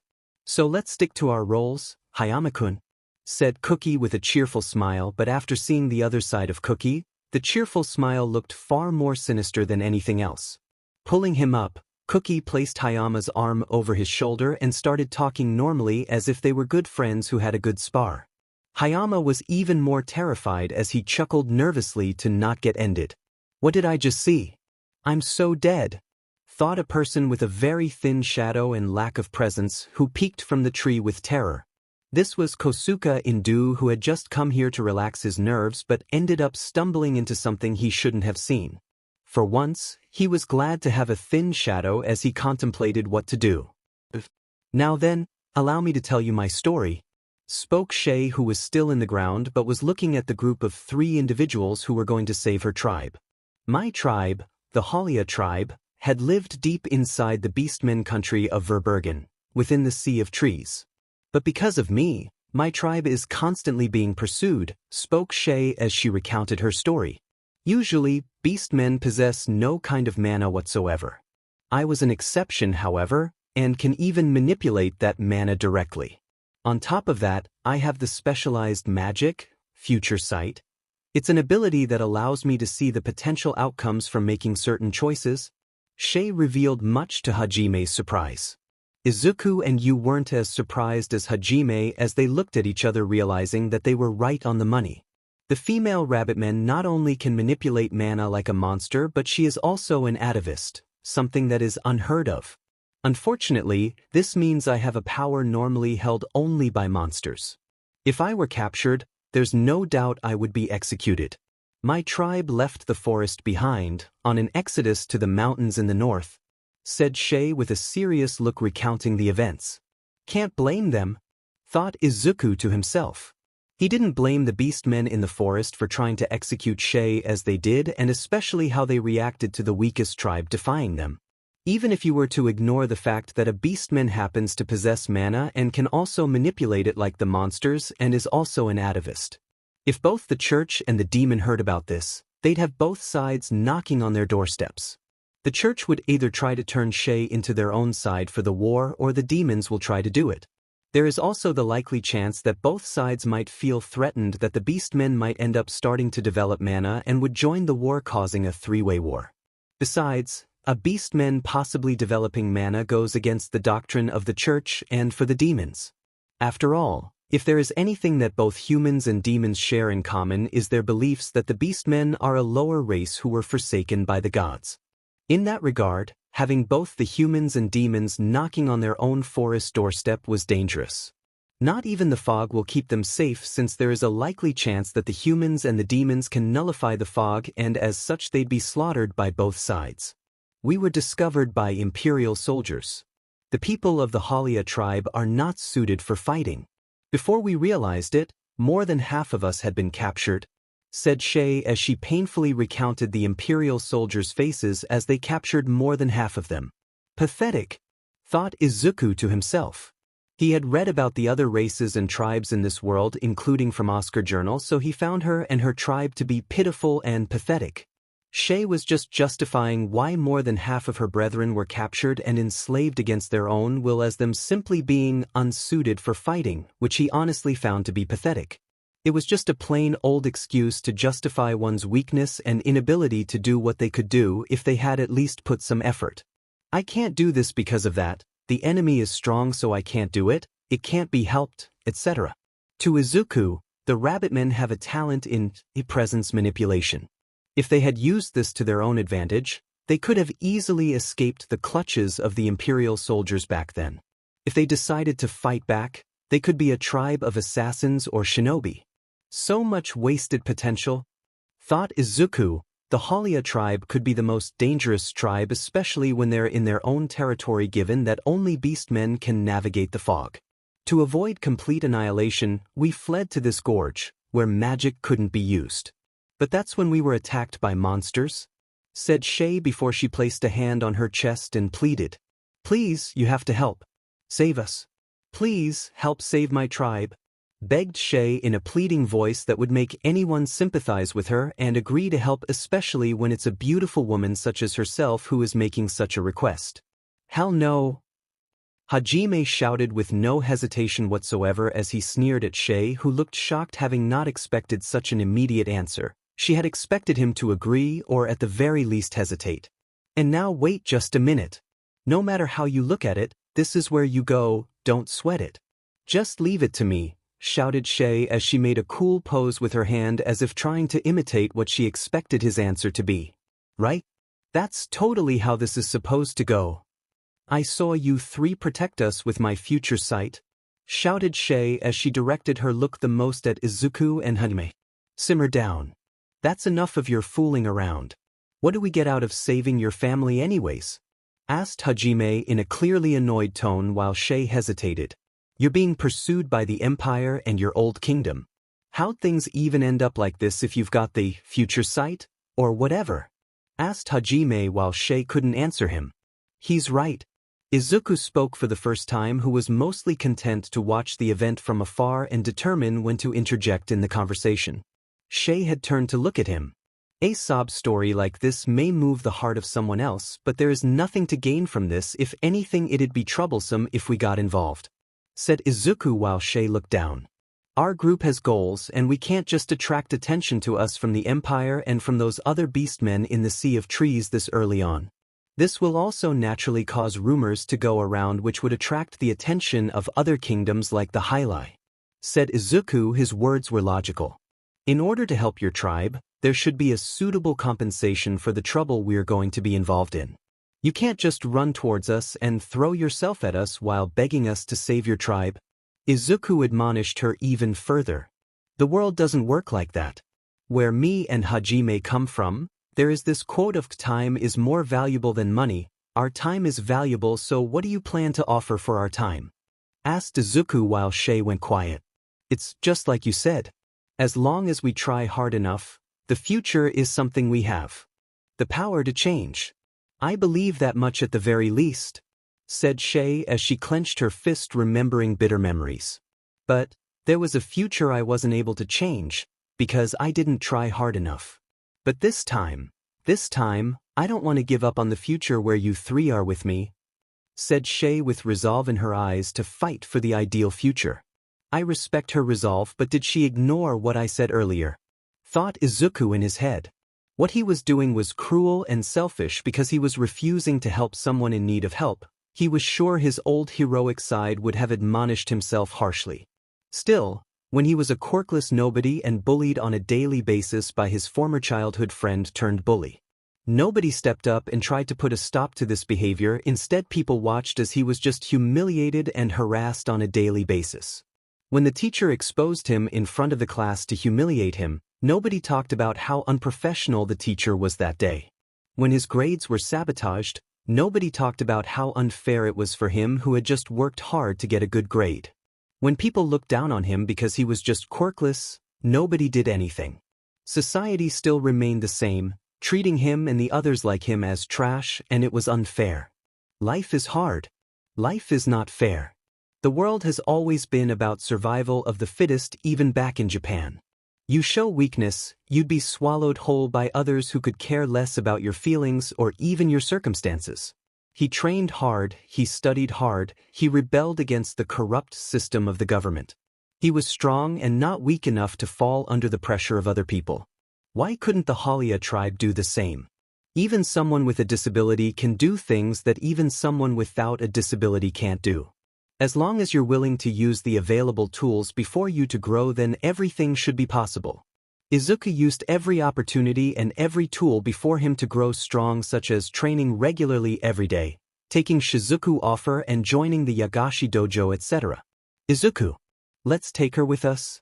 Said Yu loud enough for the two to hear her as Izuku looked at her curiously while Hajime raised an eyebrow. What? Do you really mean it? Thank you so much.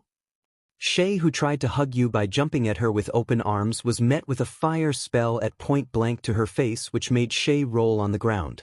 And why are we letting her tag along, exactly?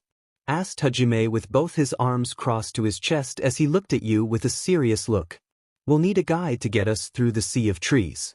She's lived there before, so she's perfect?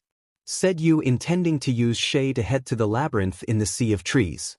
You've got a point there, said Hajime with a small sigh as he realized that Yu's words were true as he looked at Shay while Izuku let out a tired sigh. I guess having a guide would be better.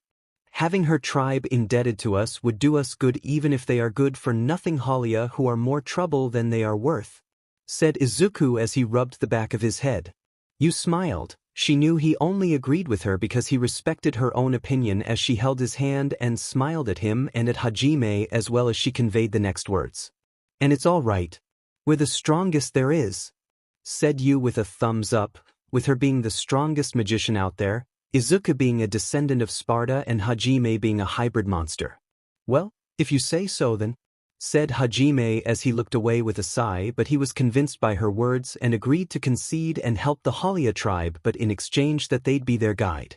Rejoice, Rabbit. We're going to hire you to be our guide through the forest, said Hajime as he walked towards his motorcycle and turned to look at Shay, whose face and hair were burned, as he extended a hand to her. Your payment is us having saved your life. No complaints about that, I assume? Asked Hajime as he got on the motorcycle and looked at her. Oh, of course not, shouted Shay as she stood up with tears at the corner of her eyes from having her pretty face and hair burned by this evil blonde woman that was you. Good enough to hop on, said Hajime as he got the motorcycle working and his prosthetic arms still extended towards Shay, offering her to get behind him as it was the only available seat. I'm Nagumo Hajime. Hajime was quick to introduce himself to Shay as he looked ahead of him with a smirk. It's you, said Yu, who was sitting in front of Izuku, secretly rubbing herself against Izuku, who grinned at her and kissed the nape of her neck, which she enjoyed. I'm Midoriya, Izuku, remember that, bunny girl, said Izuku with a smirk as he too got the motorcycle, Cavalier, working for him as they all looked at Shay waiting for her response. Pleased to meet you. I'm Shay Holia. Shay introduced herself with a lot of enthusiasm, with tears at the corner of her eyes and a smile on her face from clear happiness.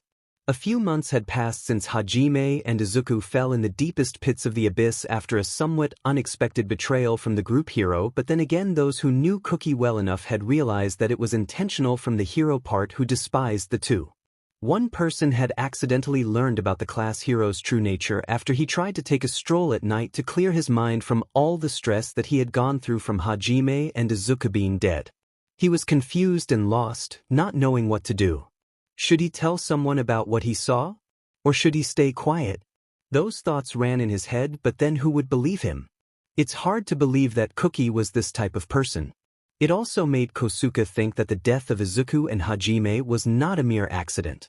Like every student, Indu had a favorable opinion of Cookie in the past. The guy was everything he had wanted to be, at least that's what he wanted at the start when he first saw Cookie. Cookie was academically smart, being at the top of the class. He also took part in school activities and even trained in the Yagashi dojo from when he was a child, making him build like an athlete. Cookie also took part in national events and championships where he won and was placed in the magazine. He has an A-rank charisma that makes people attracted to him. Very rarely do people not get attracted to him, such as Shizuku and Kaori, who were his own childhood friends, and as such they were used to his antics and know him too well compared to them. There was no shadow of a doubt that Cookie was destined for greatness. Even some of the pro heroes who recognized him when he would walk on the street would send him praises and even encourage him to later join their agency as a possible sidekick. Even then, Cookie didn't look like a sidekick material. He looked like someone who would build his own agency and become his own leader. This was the impression that Kosuke had of him, since Cookie was strong and had a very good quirk. Cookie excelled at everything, even at things that are relatively new to him, as long as he put his mind into it. It made Kosuke envious because he wishes he had 1/4 of that talent to be able to do anything with just a little effort when he and others had to bust their asses. Aside from Cookie talent, he's also good at socializing with others regardless of their gender. His A-rank charisma along with his speech make people unable to resist him. Cookie is the only person who would get away with calling a girl by her first name. If he were to do something like this, he'd be met with a sneer and something along the line of, "Who do you think you are to call me by my first name? EW? Who are you?" But Cookie doing it was different, since it would usually send said girls on cloud 9 from the happiness of being acknowledged. If there is anything that Kosuke had learned throughout the years of living on Earth, is that you should never defy those like Cookie. People like Cookie are the type of people who sit at the top of the world. The last person who had made Cookie as an enemy got executed, not in that sense that their head got chopped off and rolled on the ground, but rather they got executed socially. Cookie's fan club consisted largely of women who were in love with him, had just taken to making that insolent person an outcast not only in their own middle school but outside their school as well. The last Kosuke heard of that guy was how he had almost suicided one day but was saved by his parents. Some rumors had said that the guy had moved countries not only due to being outcast in their middle school but also outside their middle school. The fact that a person was forced to move countries shows how popular Cookie was to get people to react the way they did. Now, Cookie is the hero of Tortus due to his vocation. It was obvious that the kingdom would value him more than someone like him. If he defied him, what would happen to him? His paranoia had made him imagine various scenarios. Cookie could possibly dispose of him just like he almost did with Hayama. The others in the class would outcast him for doing something heinous, such as accuse someone like Cookie. The possibility was endless and none of them were good at all. "Kosuke?" A voice interrupted his thoughts as he looked behind him to see Meld Loggins standing with his arm crossed and wearing casual clothes that weren't his armor.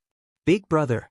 Kosuke blurted out in surprise while Meld smiled a little at the title that the boy had given him, which he gratefully accepted since he didn't want to be only as their instructor. "What are you doing this late at night?" asked Meld curiously. He had noticed that Kosuke looked bothered, especially the way he looked in fear towards Cookie, and knew something happened.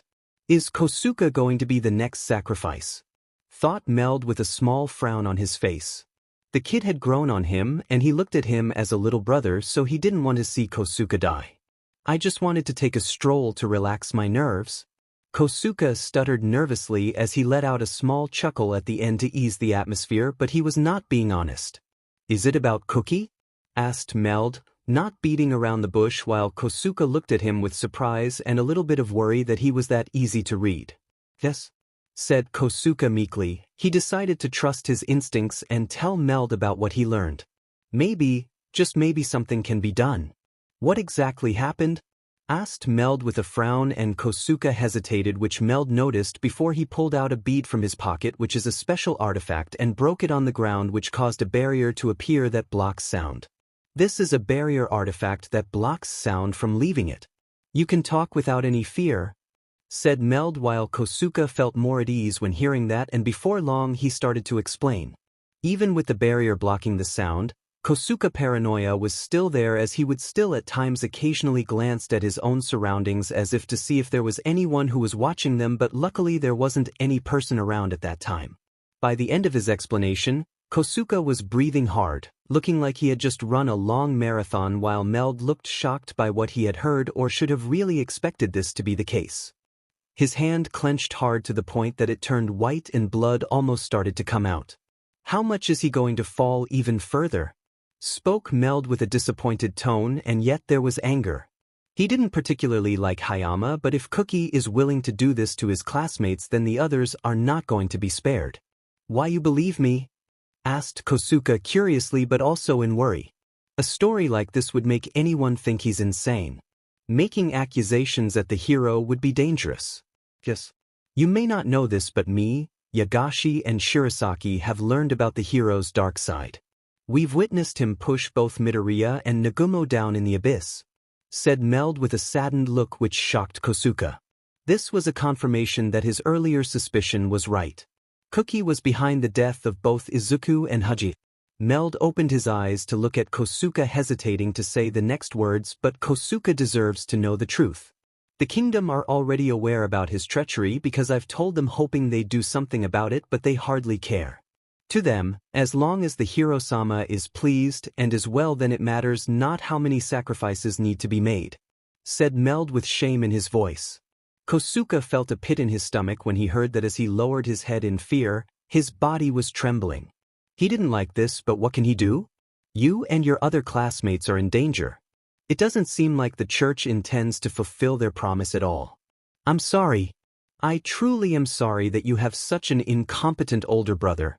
Meld apologized deeply from the bottom of his heart as he lowered his head, almost touching the ground. Please raise your head, big brother. I don't blame you, said Kosuke frantically as he tried to get Meld to raise his head. Kosuke does not blame him in the slightest. I honestly don't know what to do. I'm ordered to just train you kids to prepare for the war.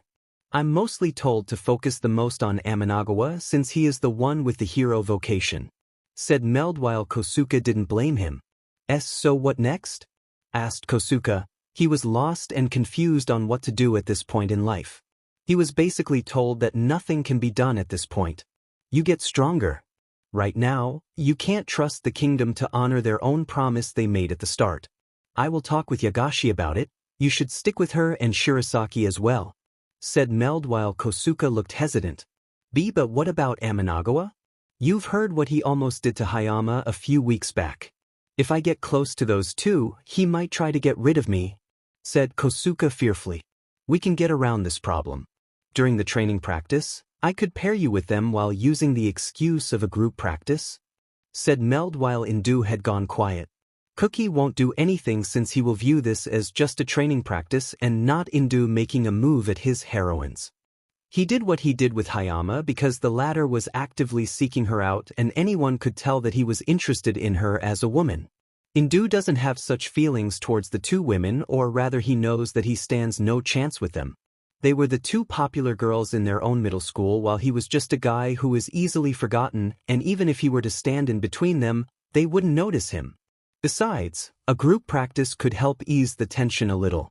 Right now, the hero team is breaking apart very rapidly and the nobles and royals are just noticing it. The two girls refuse to talk to Cookie, with Shizuku letting Cookie do whatever he wants, probably hoping a monster would end him for her, and she also ignores him. Kori, on the other hand, ignored Cookie every chance she got and made any excuses to get away from him. Whenever she heals him, given that she is forced to do so, she would do it in a half-ass way, or if she could make Cookie feel pain while healing him, then she would jump at the opportunity to inflict pain on him. In case things become bad, the three would have each other back. Kosuke needed to up his training, and Meld was going to make sure that he would grow strong fast to fight for himself. The future looks bleak right now, Kosuke. I need you to become a man for me and grow strong. Now that you know about Amanagawa, you're going to be a target, so you need to change in order to survive, said Meld while Indu looked at him with teary eyes. I understand, brother, said Kosuke as he wiped his tears and gained a motivated look to train hard and grow strong. So that means you three can manipulate mana directly, and you can use specialized magic? Asked Shay in clear surprise at that, as it was a very rare thing. Yup, that's the gist of it.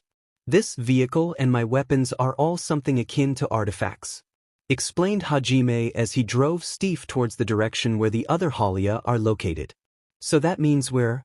Shay opened her mouth, realizing that the four of them were actually very much alike, and as if predicting this, Hajime had confirmed. Us four are all similar in how we have the same power as monsters, yeah, said Hajime while tears welled up at the corner of Shay's eyes as she had heard the confirmation. I see, so that's how it is? Shay sniffled her tears, which Izuku, who was driving, noticed along with you as they looked at her in confusion. Hi, the rabbit is crying, said Yu herself as she looked at the rabbit with an exasperated look while Izuku understood a little. What's with you all of a sudden? Asked Hajime with an exasperated look as he finally noticed that she was crying while covering her own face with both her hands. I'm sorry, I'm just so happy to find out that I'm not alone, said Shay, expressing her true feelings, having been surrounded by people who can't use mana, not only that she was ostracized by the other beastmen for it. You looked at Shay with a blank look, but one can see the look in her eyes that felt complicated. Izuku can easily guess what was going on in her mind. You probably felt some connection to Shay. To find out that I'm not alone, that line made by Shay was probably what triggered you a little. For you, who was sealed in the labyrinth for 300 years, she was happy that she was no longer alone, as she had Izuku and Haji. For you, her entire race is dead, making her possibly the last of her kind. Her kingdom is also destroyed as a result because no one is there to manage it. This left her alone and without any purpose, but ever since Izuku entered her life, and she felt that there was a meaning to her being alive. Izuku was like her. Izuku had the accelerated healing that functions like her own automatic regeneration, making the two of them immortal. She also got to have her dream come true in the form of being saved by a descendant of Sparta. So even though she still felt the effects of being abandoned and betrayed by her uncle and her subjects, she felt that as long as Izuku was with her, then she didn't need anything else in this world. Smooch. Izuku, who had seen the look on her face, had placed a kiss on the nape of her neck and pulled her back closer to him. You blushed as she looked at him in surprise. You're not alone. We will return home together no matter what, said Izuku in a softer tone as you heard this, and gulped hard, trying her best to control her emotions, since if she didn't she might cry a little from happiness. It was not fair. Despite the fact that she was expressionless at times, Izuku could easily read her just by a glance. He knew how she was feeling and was quick to comfort her and assure her for a better future together. You're my wife now. I'd like to marry you properly once we return to Japan together in a ceremony. After 2 to 3 years after we return, I'd like to have a family with you. Izuku whispered in her ears. I'd like to have a family with you, ringed in Yu's head as her eyes turned into hearts. This meant that Izuku had no issues with having a family with her, and she already started to daydream. In Yu's mind, she was imagining herself cradling a baby in her arms who has white hair and crimson red eyes. She was imagining Izuku hugging her from behind as he looked over their baby with a smile on his face. I want Izuku's babies. I want his babies. I want his babies. I want his babies. I want his babies. I want his babies. I want his babies. I want his babies. I want his babies. Thought Yu in her head as she kept repeating it in her head like a broken record, looking like she had already lost her mind, and she started to wiggle her butt against his crotch. Can you also comfort me? Asked Shay as she saw the interaction between Izuku and Yu, as with her rabbit ears, she was able to somewhat hear their conversation. This naturally made her jealous, and she looked at Hajime expectantly, since after seeing her cry like this, he was supposed to say something like what his friend said, such as, "Don't worry, Shay dear. I will save you and my family-in-law, and then I will take you back home with me," that kind of thing. Why should I do something so troublesome, you useless rabbit? Hajime said in a tyrannical voice, as he had just cruelly dismissed a beautiful maiden like her who needed comfort. When he and Izuku were deep in the abyss fighting for their lives, none of them were trying to comfort each other, since what they needed wasn't that type of comfort. Instead, they wanted to survive. Their own version of comforting each other was them pissing each other off. It gave them a sense of normalcy which they both had just desperately needed to cling on what is left of their humanity. It also took their mind off the fact that they got betrayed. Not to mention they were men. Real men don't cry. It was a line made by the great elf men from fairy tale. Of course, it didn't mean they couldn't cry, but in a situation where their own lives are at stake, just sitting at a corner and just crying while blaming others for their misfortune would not solve anything, as it would be a waste of time. For Hajime and even Izuku, waiting for others to comfort you is a waste of time and is useless. The two of them had cried in the past when they were labeled as quirkless by society and when they both got bullied and shunned, but they had already run out of tears. Expecting others to comfort you or do things for you is not going to change anything. It only makes you weak because you depend on others to give you those pills that are comforting, but it's only temporary. For them, the only thing they can do is to struggle in this life and work hard to change their situation. Oi Hajime, are you sure you're not a descendant of Shikamaru Nara? Said Izuku in a mocking voice while Hajime, like a typical Yakuza, flipped him the bird. Suddenly a horde of monsters can be seen in front of them. Those were the Hyveria, which are a giant winged monster that is similar in appearance to a wyvern. 5 of them can be spotted flying in the air. That horde of monsters, team, that might be. Shay, who was about to complain earlier after Hajime's rude answer, had become alarmed at the sight of those monsters that hunted her own tribe from the air. I know. Settle down. I'm flooring it, so you better. Hold on tight, said Hajime, clearly unbothered by the sight of those flying monsters, as they were simply just a group of small fry. The Holia tribe were panicking as they started to run like headless chickens, trying to run behind rocks to hide from those monsters that were flying down to eat them. One particular female Holia took to covering for her child with her body as a Hyveria rushed towards them with the intention to eat them both at the same time. Bing! A bullet had quickly pierced the head of the Hyveria, which had surprised the Holia mother, who looked back to see the Hyveria dead on the ground with its head bleeding. This naturally confused the rest of the tribe of useless rabbits as they looked around and saw the 2 approaching vehicles, which scared them as they had assumed that this was another new type of monster. Shay! The rest of the Holia tribe shouted in happiness upon seeing the girl riding this monster, which they assumed that she had either tamed it or the guy in front of her had tamed a monster and was using it for transportation. Bing! Izuku pulled Ebony, which is a semi-automatic pistol, from his own treasure trove, as he pointed the muzzle of the pistol at one of the Hyveria that is afar and shot it with a bullet that is instilled with his demonic power. Ebony is a left-handed black gun that has been modified for long-distance targeting and comfort, while the right-handed white gun, Ivory, was custom-built for rapid firing and fast draw times.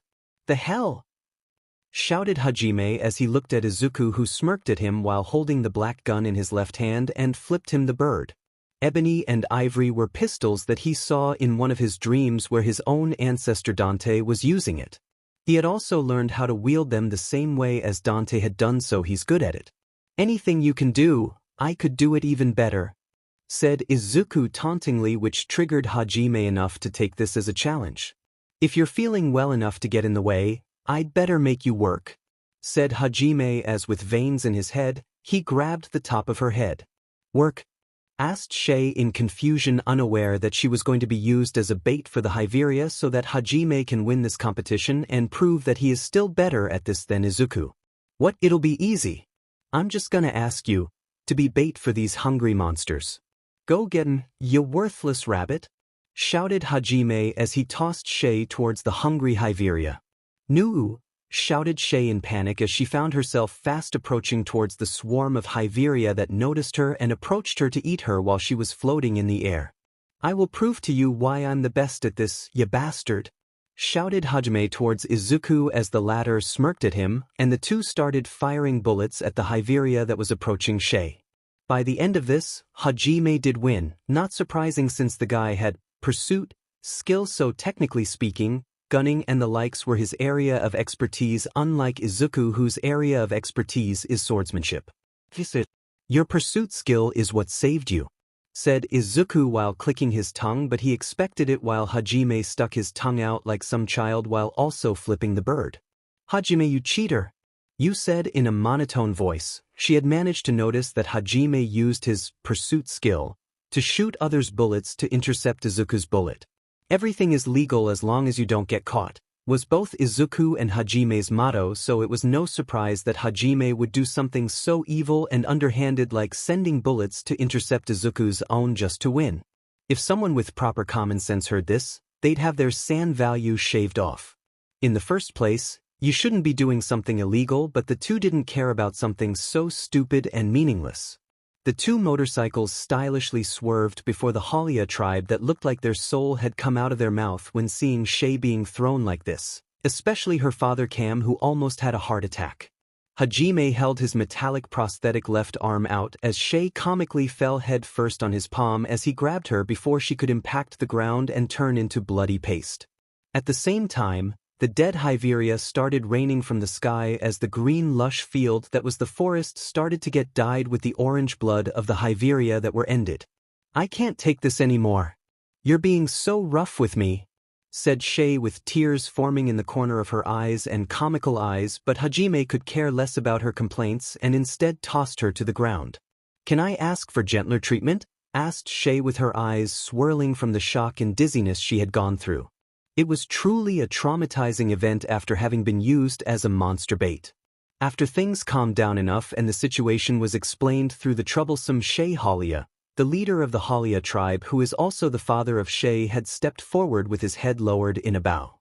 The other Holia tribe also were present but standing a few feet behind their leader as they looked at the group of humans, anxiously not knowing whether they would be attacked and turned into slaves or were they actually going to be saved. Regardless, given their awareness of Shay's particular atavist power of being able to see into the future, they trusted her to make the right decision. Really, if anything, they all felt touched by the fact that she would risk her life for their own sake. "You would be Master Hajime and Master Izuku, I presume. I am Shay's father, Cam Holia, and the chieftain of the Holia tribe." Cam introduced himself to the two gentlemen before him. Cam is a middle-aged man with squinted eyes, short-cut dark blue hair and a beard. He has a fairly skinny build.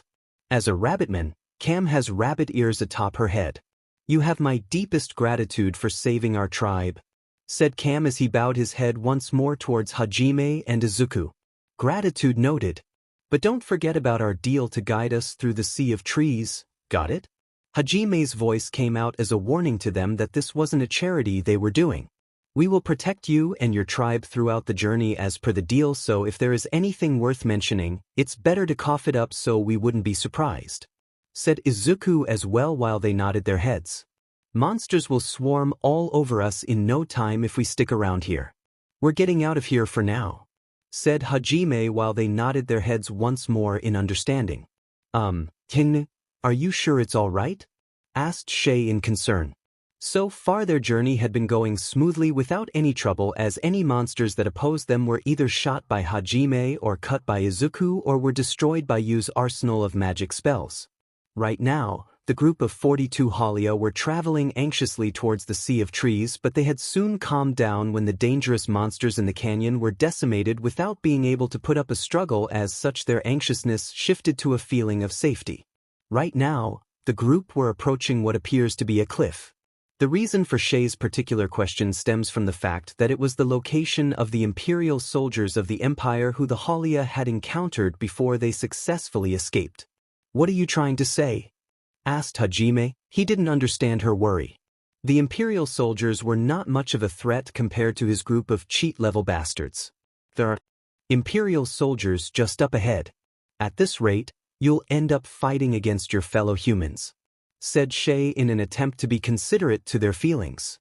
The concept of ending your own kin is something that none of the Holias had ever imagined themselves ever doing. They literally left the protection of the Sea of Trees for Shay, and that was due to their strong sense of unity to not abandon one of their own. So Shay's concern was understandable and filled with common sense, but that Izuku and Hajime looked at her in confusion, or rather it was Hajime who had looked at her in confusion while Izuku understood and clicked his tongue in slight disappointment. "Yeah, and?" asked Hajime, not seeing what's the reason for her concern, while Shay was exasperated but decided to explain her reason for worrying over this. I was just thinking about how you both would end up fighting your own kind, just to protect us," said Shay with a solemn look on her face as she felt guilty for this. "You seem to have the wrong impression of us." Our group has a goal that we plan to achieve no matter what. Those who stand in our way, be it a monster, demons, or even humans, are all our enemies," said Izuku as he gave her a stern look. "We'll keep you safe until you get us to the forest. But we'll end anyone who gets in our way, whether they're humans, demons, or even monsters. It's that simple." Hajime affirmed Izuku's earlier statement with his own. Izuku and Hajime both walked towards the Imperial soldiers, intending to walk past them, but Izuku knew there would be a confrontation between them, so he was ready. Nonetheless, there was no fear in their eyes or even hesitation in their movements, even when they're facing around 30 soldiers of the Empire. Behind the Empire soldiers there are a lot of wagons/carriages where marks of camp remained to be seen. All of the soldiers who dressed in khaki-like uniform and equipped with a sword or spear and a shield looked surprised at Hajime's group. "Oh, seriously? There are survivors? Even though I reluctantly stayed here because of the commander's order, if it was like this, I can bring back some good souvenirs home." The platoon leader had spoken with delight in his face, which is also expressed on the other soldiers' faces. "Platoon leader. The blue-haired Holia is also there. Isn't she the one the commander wants?" One of the soldiers spoke as he noticed Shay's presence among the Holias and remembered the orders of the commander. "Ooh, it looks like we are lucky. Even though it's okay to end the other old one, that's the only one you must keep alive," said the platoon leader upon having also noticed Shay. "Platoon leader, there are some women in there. Can we taste them a little? We have waited here for 3 days after all." "Please overlook it," said another Empire soldier, having a lecherous look on his face as he looked at the Holia women. "Geez. Don't take all of them. If it was only 2, no 3, then it's okay," said the platoon leader with a smirk which caused the other soldiers to cheer in joy. "Hi-ho, as expected of platoon leader. You really can understand us." One of the soldiers cheered in delight upon the very kind consideration of their platoon leader. For the Empire's soldiers, Holia tribes are seen only as easy prey for them to catch. They approached while licking their lips, looking at female Holia. Seeing those soldiers, the Holia tribe can do nothing but tremble in fright. Among those clamoring soldiers, the man who is called platoon leader, who's currently grinning at those Holia tribes, finally noticed Hajime's and Izuku's existence. "Ah? Who are you two? It looks like you're both not a Holia," said the platoon leader. His expression changed to confusion at the sight of those 2 kids who are chaperoning the Holia tribe. We are humans," said Hajime with a sigh. He had originally wanted to avoid fighting and just walk past them, but he realized that they were going to make an issue of this. Why are humans together with Holia? Even coming from the canyon?" Are you both a slave merchant?" asked the platoon leader in confusion, but seemed at the end to come to his own conclusion. "Did you hear this information from somewhere? What a great business spirit to come here yourself." "Well, sorry, but hand them over to the Empire now," said the platoon leader with a grin as he extended his hand. The platoon leader had assumed that both Izuku and Hajime were 2 slave merchants/traders who were trying to make it big. After all, slave merchants are very successful and make good money, especially Holias, who are the easiest prey. Of course, there is no need for Hajime or Izuku to follow it. "We refuse," said Hajime in a bored tone, which resulted in the smirk on the platoon leader's face to get wiped off as he heard the outright rejection from the white-haired brat. "Did you just say something?" asked the platoon leader, clearly feeling like he just misheard what was said to him. Did 2 bratty kids tell him no when he was being nice enough to take them from off their hands, even though he could have forcefully taken them? "Didn't you hear him? We refuse. Those guys are ours now. We won't give you even one. I recommend you to give up unless you want to make an issue out of it and die," said Izuku with a glare towards the platoon leader, clearly not intimidated by him in the slightest. The platoon leader thought that he had heard wrong the first time after the outright rejection, but Izuku and Hajime had answered back and given them orders. Them, who are elite soldiers of the Empire, were ordered by 2 brats. Vein appeared on the platoon leader's head. "You brats, mind your words. Is something wrong with both your heads to not understand who we are?"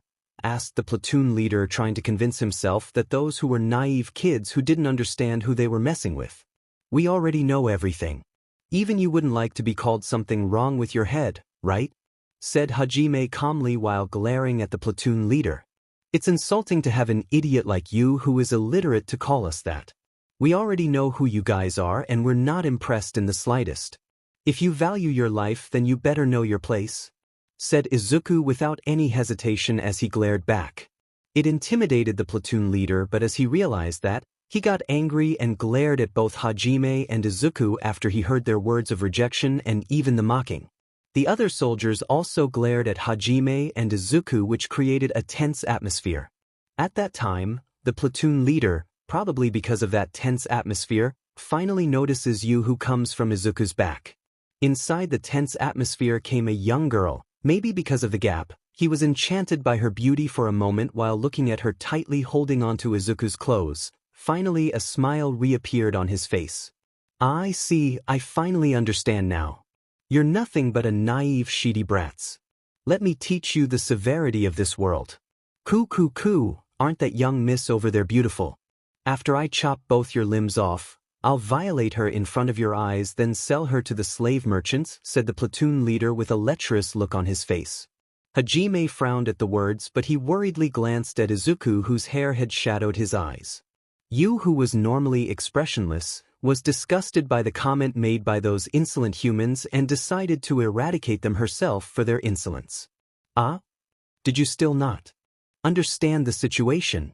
You bastards should be trembling while seeking forgive dash?" shouted the platoon leader when seeing no response, but that was interrupted. Blood gushed out of nowhere. The speed at which it had happened had left a ringing noise in the ears of the Holia tribe and the Empire soldiers. As they looked at the platoon leader, who was laying on his ass with both his arms and legs dismembered.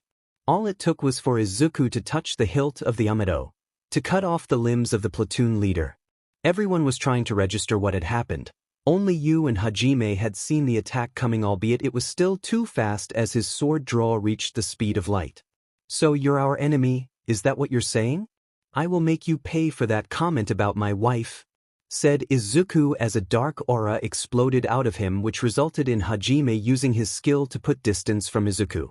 The dark aura enveloped Izuku that only his eyes can be seen from the dark miasma/aura covering his entire body. The ominous aura had spread and was felt by everyone, which paralyzed the Holias and the soldiers who looked in terror at the demon who manifested before them. "Wait. I'm sorry. I was wrong. Please spare me." The platoon leader, who finally realized the situation, had started to beg for his life with tears in his eyes and snot.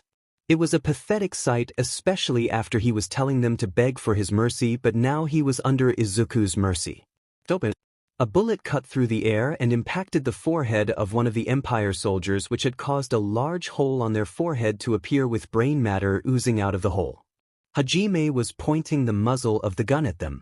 "You're our enemy, so die," shouted Hajime as he started to fire bullets while using his pursuit skill to have the bullets tear through countless soldiers who started to scream as they tried to escape, but the bullets had mercilessly tore through them. The platoon leader was horrified as he saw Hajime ending his soldiers with what appeared to be pebbles/bullets coming from a weird artifact, which is the revolver that tore through his subordinate's body with such ease. He realized the severity of the situation that he was in. "Do you think we're going to let you go after you have made us your enemy? Even then, leaving you to return to the Empire and report us to your superior is going to be a pain in the ass," said Izuku darkly as the platoon leader tried to beg and plead for his life. "Wait. I won't tell anyone, please spar."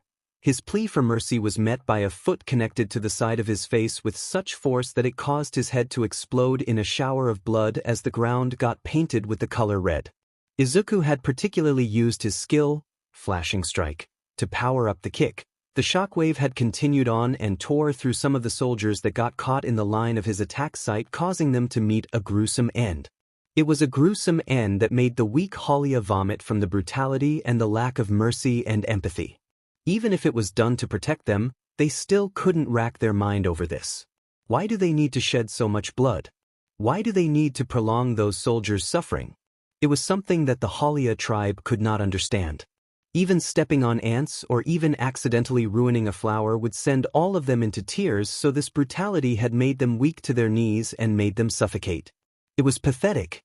The Empire soldiers had begged for mercy, Some had even taken to praying for a hit, hoping for a miracle, but they were unaware that the mad god would only find entertainment in their suffering rather than pity them.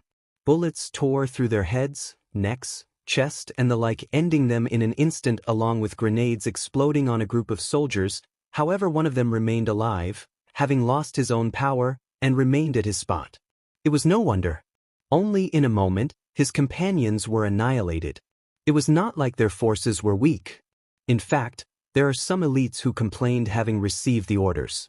Therefore, with an expression asking if he was inside a nightmare, his glance wandered around. As expected, if it was against humans, there is no need to even use lightning-clad. The usual bullet and mechanism was enough. Combusting stone is really a convenient one, said Hajime in an aloof voice. That soldier was surprised and started to turn to Hajime in fright. Hajime, while tapping Donner to his shoulder, slowly approached that soldier. His figure, who brought death along with his fluttering black coat, made him look like a grim reaper. At least it looks like that to the surviving soldier. Hi, don't come. And no, I don't want to die. So someone, help me, begged the soldiers in fright as he tried to plead for his life. His face had distorted in fear and liquid leaking from his groin. Hajime looked at him coldly, and to the soldier who tried to flee, Hajime slowly opened fire in succession. The soldier squeaked as he instinctively crossed his arm to his face as it protected his head. No impact can be seen coming to that soldier. What Hajime had shot was the soldiers who were severely injured by the grenades he threw earlier. When he notices it, the last surviving soldier timidly looks around. This time he finally sees the disastrous scene of annihilation with his own eyes. The gun's muzzle finally aimed at the stiffened soldier. Again, his body shook, and with an unbecoming expression he started to plead for his life. I ask you, please don't end me. I'll do anything. Please, begged the soldier once more with a look full of terror, especially when he saw Izuku approaching the scene. This naturally terrified him to no end, as he had seen the brutality committed to his leader by Izuku. His heart was going to explode at any moment with how much it's jumping in his chest from terror. Is that so? Tell me what happened to the other Holia. Even though there should be a lot of them, have they been transported to the Empire already? Asked Hajime calmly, still pointing the muzzle of his revolver at the head of the soldier. What Hajime tried to ask was, it takes time for 100 people along with Holia to move around, so it'll be okay to help them on the way if they are near. Well, if they have already arrived at the Empire, then there is no need to purposely help them. Why will you spare me if I tell you? Asked the Empire soldier. He planned to make a deal to exchange information for his own life, but he misunderstood his current situation. You? Did you think you're in any position to ask me? Well, it's not like I need that information. Should I end you now? Asked Hajime, already planning to pull the trigger. Please wait. I will say it. I will say it. They probably were transported because we already reached the quota, said the Empire soldier quickly to avoid being shot as well. The quota. In other words, those who won't sell, such as elderly, were ended. Hearing that word, bitter expressions appear on Holia's faces. Hajime takes a peek at their expressions, and so does Izuku. Immediately Hajime had glanced back at the soldier. In his eyes, ending intent can be seen. Wait. Please wait. I will tell you anything. About the Empire or anything you want. So please. The Empire soldier begged once more for his life, willing to sell his entire country for his safety. Open. One bullet.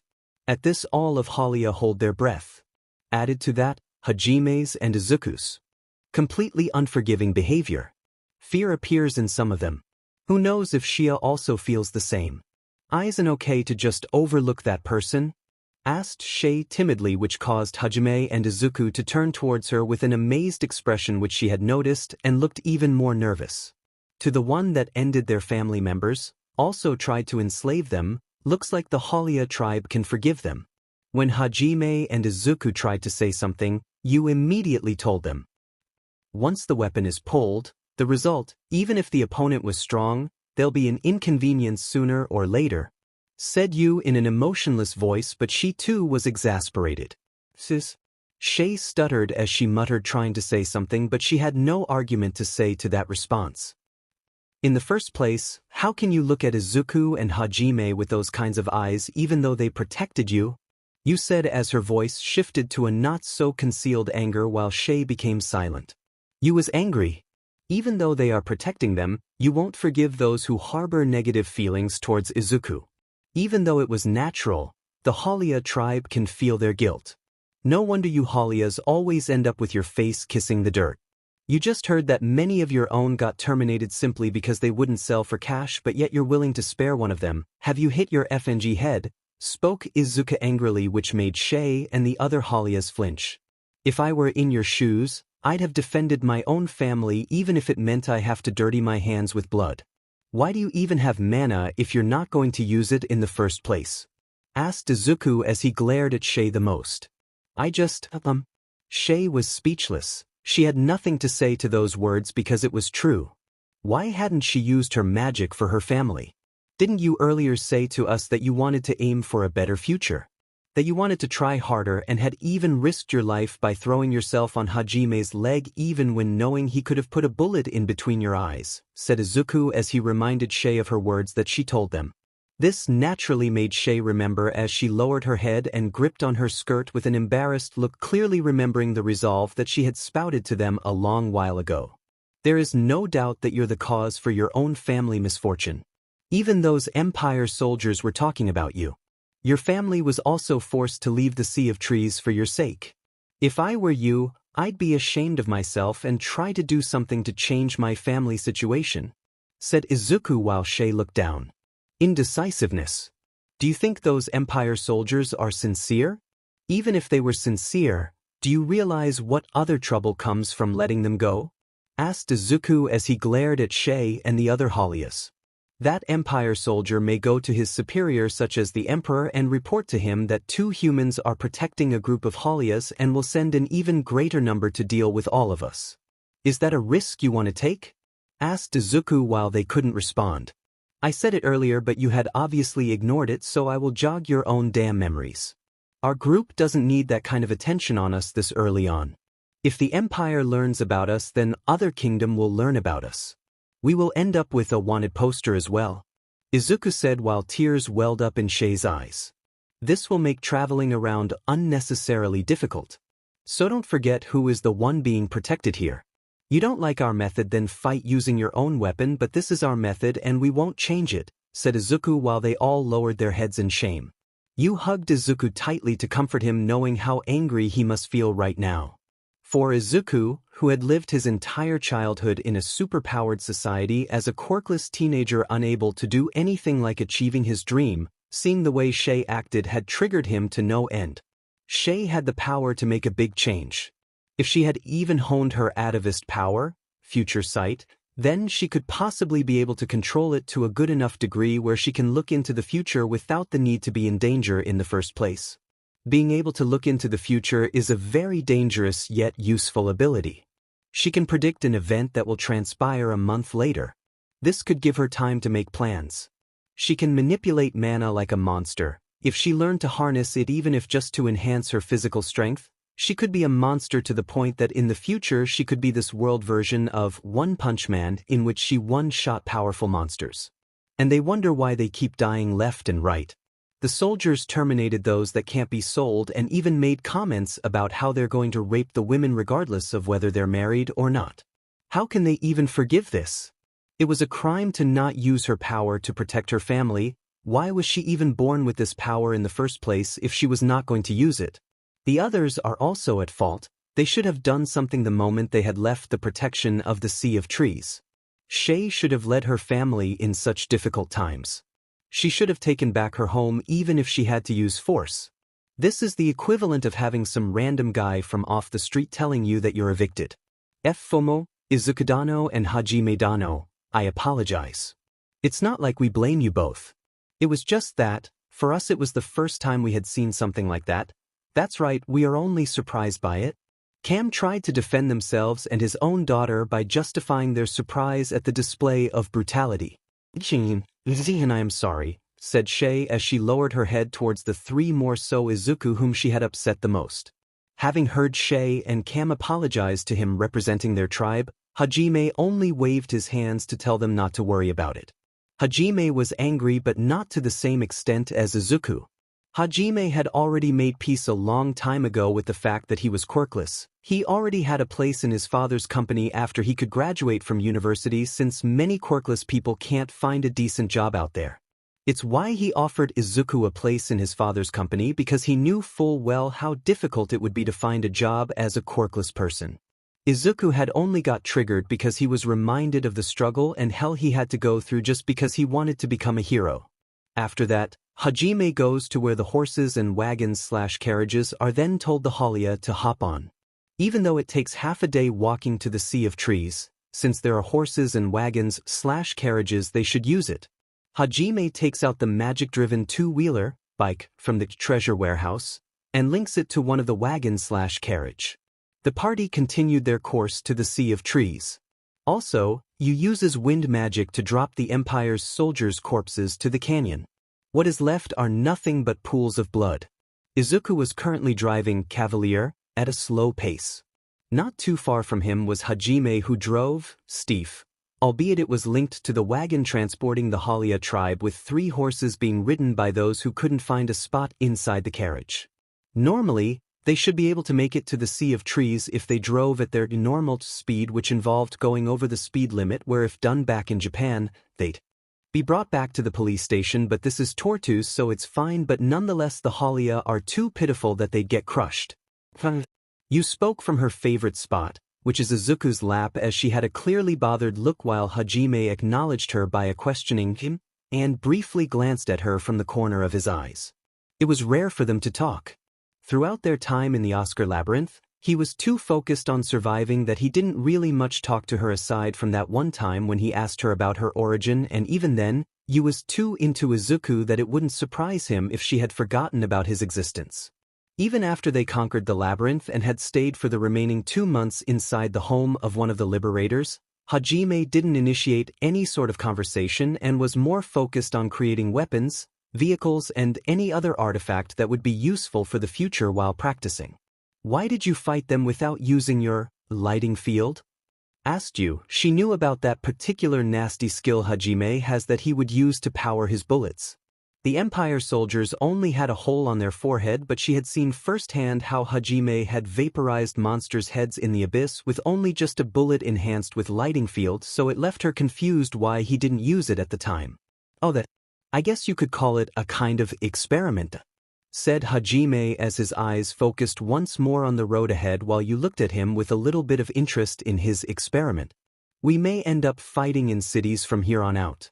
Using my railgun to just vaporize enemies is all well and good, but I can't just take out the houses and other civilians that might be in there too, right?" said Hajime, as he could imagine how a bullet powered by the lighting field will turn out. "I didn't feel anything when I ended those Empire soldiers, but I don't plan on becoming an indiscriminate murderer," said Haji. His hand was placed on his face as he remembered that this time, he had taken the life of a human than that of a monster. "This is indeed concerning," said Izuku. He too had realized that he didn't feel anything for the way he brutally murdered the leader of that group of soldiers. He had particularly let him beg for his life to see if it would make him feel guilt enough to spare him or not, but his heart was not moved in the slightest. "Maybe it's because that guy was our enemy. We did give them a chance to back away, but they insisted on playing tough. In the Oscar Labyrinth, it was either end or get ended. This was no different, but this time, it was a human that was our enemy," said Izuku as he looked at his hand while Hajime nodded. Yu looked concerned, but she also understood. Just like Izuku could read her like an open book, she can do the same thing. She knew that Izuku had just intentionally prolonged the death of the platoon leader mainly to see if his own heart was capable of being moved by the pleading of mercy from just another human. The monsters down in the abyss were mindless, so the concept of backing out didn't much exist. If you die, it's their fault for being weak. The humans, on the other hand, knew that they were outmatched even with their great numbers, so they tried to back away and live to see another day. Hajime and Izuku, who had both dealt with monsters in the abyss for an entire month, had only seen enemies all around them. To them, it was only natural that you die after making them their enemy. Backing away is not an option. For most people, defeating an enemy involves overpowering them and leaving them, but such a way of thinking is flawed. For Izuku, there is a higher chance for those people to come back again, much stronger and even more of a big threat to their group. They could also be a nuisance down the line by going back to their kingdom and reporting them to their own superior, hence making their life unnecessarily difficult since they will be having people hunting them down either for glory or because they dared to attack their empire soldiers. Risk your life on it. With that pistol, you will risk your life. This isn't a child's game, was a quote made by the red-hair Shanks from One Piece, and this is true for this situation they were in. The moment those Empire soldiers drew out their sword and swung it with the intention to inflict harm if not end them, then they should have also made the resolve to also risk their life in case it had backfired and they ended up with a sword poised to their own neck or a bullet in between their eyes. They were all adults, something even the hypocritical platoon leader had just openly bragged about at the start when he was so confident in his victory. The moment he talked about ending them, then he should be ready to put his life on the line as well and die with whatever dignity left. But this kind of thinking would not conform with their world. Japan is known to have some of the strictest laws out there. Ending regardless of the reason is still considered murder in the eyes of the public, and you'd have a nasty label placed on you which is villain. The moment you have such a label, you can kiss your entire life goodbye. But that didn't concern Izuku at the moment. He had dealt with the ugliness as well as the unfairness of the society that had shown blatant favoritism to those who are exceptionally gifted such as Bakugo, Cookie and those like them. If it comes down to fending for himself, he could do it quite easily, and Hajime is the same. Yu was a former queen, she can obviously fend for herself, albeit he was going to obviously protect her even if she is the strongest, but that's beside the point. The issue in all of this that heavily weighed on both their consciousness was the reaction of their respective family. They had resolved themselves to return home even if meant bodies had to be piled up in order to achieve said goal. The two didn't know what they would do if they were instead met with outright rejection from their families after having crawled out of the abyss with resolve to return home to them. Would his mother be able to still look him in the eyes and still love him after he took the life of another living being? Even if he was just defending himself, would she still be able to welcome him home with open arms knowing that her son did not feel any ounce of remorse for the life he had taken to get here? That he had taken the life of someone who could possibly have a family waiting for them back home? Izuku always liked to think that nobody should try to play God by deciding who should live and who shouldn't live. He was no god, he was just a human, albeit with a weird ancestry, but at the end of the day, he liked to think he was still a human. He was in no position to play judge, jury, and executioner. A hit is the result of one person who is trying to play God on everyone. He was like a child who buys new toys to entertain himself, and once he gets bored of it, he would then destroy it and replace it with a new one only for the cycle to just continue. Even then, when he fell into the abyss to die along with Hajime, Izuku found himself introduced to a completely different world, a dark place where the air is suffocating, where one moment of weakness means the end. In that sense, when those soldiers unsheathed their sword and threatened them, Izuku didn't think if those people had family or friends waiting for them back home, he was only thinking about his and his group's well-being. They presented themselves as an obstacle and he struck them down. Izuku felt a hand wrap around his neck and looked to see Yu having turned to face him and hugged him tightly.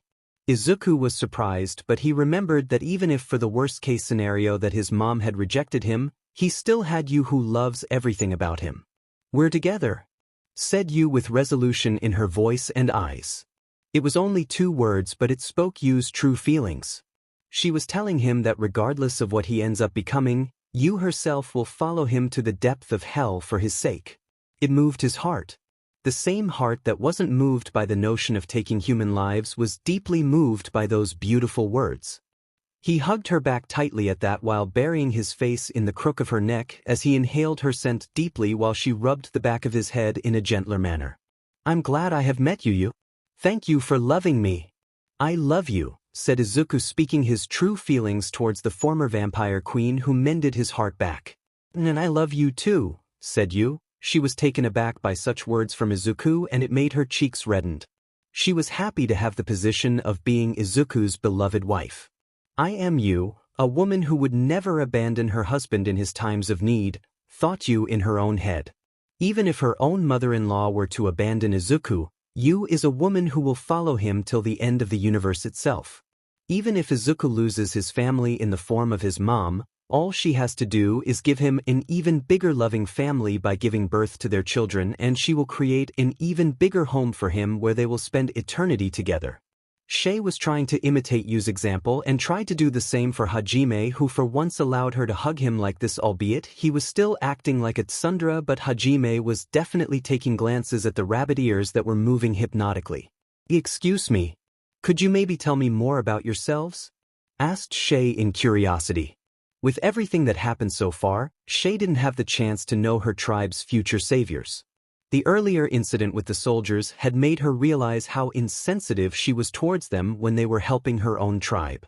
She had said something selfish that hurt them, so she felt the need to rectify her action by getting to properly know them. Maybe she could get to know why they became who they are. What drives them? What motivates them so much that they're willing to strip away their own humanity? It piqued her interest to no end, and as such, she had asked the question.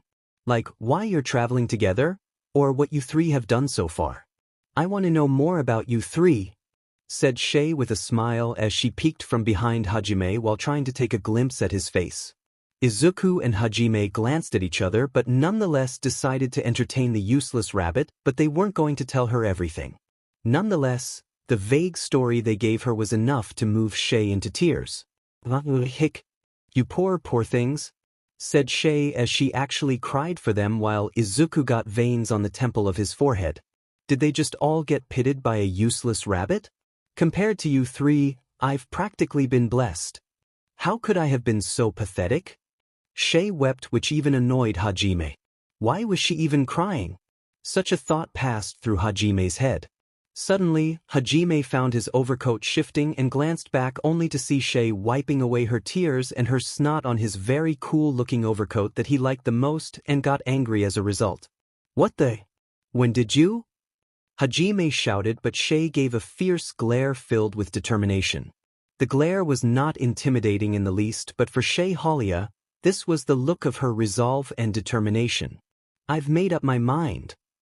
I shall accompany the three of you on your journey," Shay declared as such in what appeared to be a fierce look from what was once a useless rabbit, or rather it was still the useless rabbit. "We are the only four of our kind. No, the only four comrades of our kind," Shay shouted as she fisted the air upward while adding "yeah" as she got hyped up. "Let us overcome whatever trials we may face together," shouted Shay once more while cheering while you looked at her with an exasperated look as if she had finally understood something. "What the hell is this person being protected by us right now saying?" asked Hajime in clear annoyance at Shay suddenly throwing herself into the group like this. You was one thing, she was a former vampire queen known as the strongest. Even Hajime can't confidently say that he can beat her if it comes down to a battle, and the battle form that she has is still filled with mystery, with possibly Izuku being the only one who knows about it since those two trained together. You joined the party largely due to Izuku's mercy when he released her from her imprisonment and because she had proved herself competent.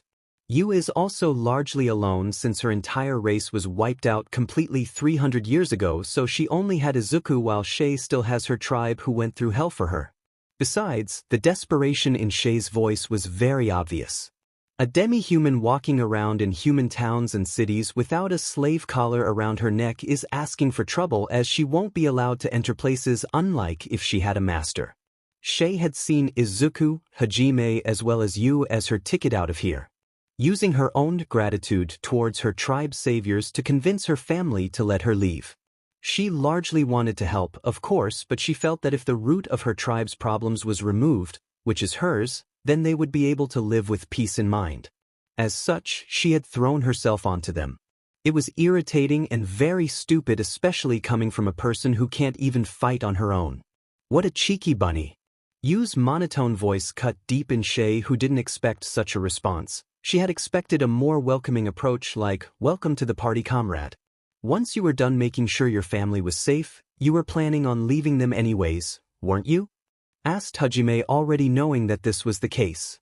"That may be true, but I really was planning on helping you three," said Shay, trying to convince the three of them that she only had good intentions to help them. "We could care less about that.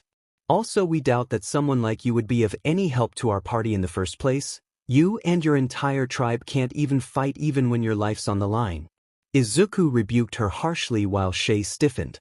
We plan to conquer the other 7 labyrinths to find a way home. It's a very dangerous journey and we're speaking from our experience since we already conquered the Oscar Labyrinth 2 months ago and we struggled to conquer it, said Izuku as he looked at her with a sharp look that made her shiver. You're not qualified enough to be part of our party. You can't fight nor can you take a life. The moment you enter a labyrinth, you'd be ended in an instant. It's better to stay with your family protected by the fog of the Sea of Trees, said Izuku as he glared at her. This was the height of recklessness and stupidity. Resolve alone is not going to be enough to have you survive this world. If she can't even fight, then she's only being a burden on the party and he won't have her burden them. We plan to head to the labyrinth in the Sea of Trees and conquer it, and once we're done then we'll leave afterwards for our next destination. It's just like Izuku said, even if you beg, we won't take you with us, said Hajime, agreeing with Izuku's words. Shay looked down with her ears also plopping down as well, clearly feeling sad that she was outright rejected by the 3. Even you gave her a look of disapproval that spoke her thoughts about the matter. Are you even useful? Such a gaze can be understood from the former vampire queen. Not to mention, Izuku's earlier words had cut far deeper than anything. Hajime had always been the blunt type who spoke very few words, and there always some edgy answers, which is why he is called edgelord by Izuku, something Hajime vehemently denies. Izuku, on the other hand, was the type who has a lot of pent-up anger boiling up inside his heart, and he's venting on anyone that did something that upset him, such as Shay, who had power but clearly refuses to use it while he had struggled for decades being a quirkless teen. She had mana and could manipulate it like a monster, not to mention she was an atavist. She had the power to change her tribe's fate, but she didn't train to defend herself. She might as well be another useless rabbit who dances and prances around a small flower while giggling like some middle school girl. After a while, they reached the entrance of the forest. Cam looked somewhat nervous to ask the question but steeled his nerves to speak with his own tribe benefactors. Just to be sure, you both would like us to guide you to the grand tree at the center of the forest, correct? Asked Cam while Hajime glanced at him but looked in front of him. Yeah. That's probably where the entrance to the labyrinth will be, Hajime said while that confused Cam as he looked at the gloominess of the forest, having been under the impression that the entire Sea of Trees is the labyrinth itself. So the forest itself isn't the labyrinth? Asked Cam hesitantly and a little bit in confusion, which Izuku had responded to the question while looking ahead of him towards the dark forest, but he can see clearly. It's doubtful that the forest would be the labyrinth. The forest is a safe haven for demi-humans such as yourselves. It wouldn't be a habitable place for you guys if the entire forest is the labyrinth, said Izuku, making a jab at the fact that they were a pitiful bunch. If I had to take a guess, the fog not only acts as a wall to prevent humans and demons from entering the forest and hunting you guys down, but it also acts as a test in itself, said Izuku, which surprised and confused Hajime and you. A test? How is that a test? Asked Hajime. He was confused and didn't get what Izuku was trying to insinuate, but Izuku always thought differently than all of them. Oscar and his group were Liberators. The entire group is composed of various races, and according to Oscar Diary, it was an elf who was behind the creation of the labyrinth we're currently heading towards right now, explained Izuku while everyone listened carefully.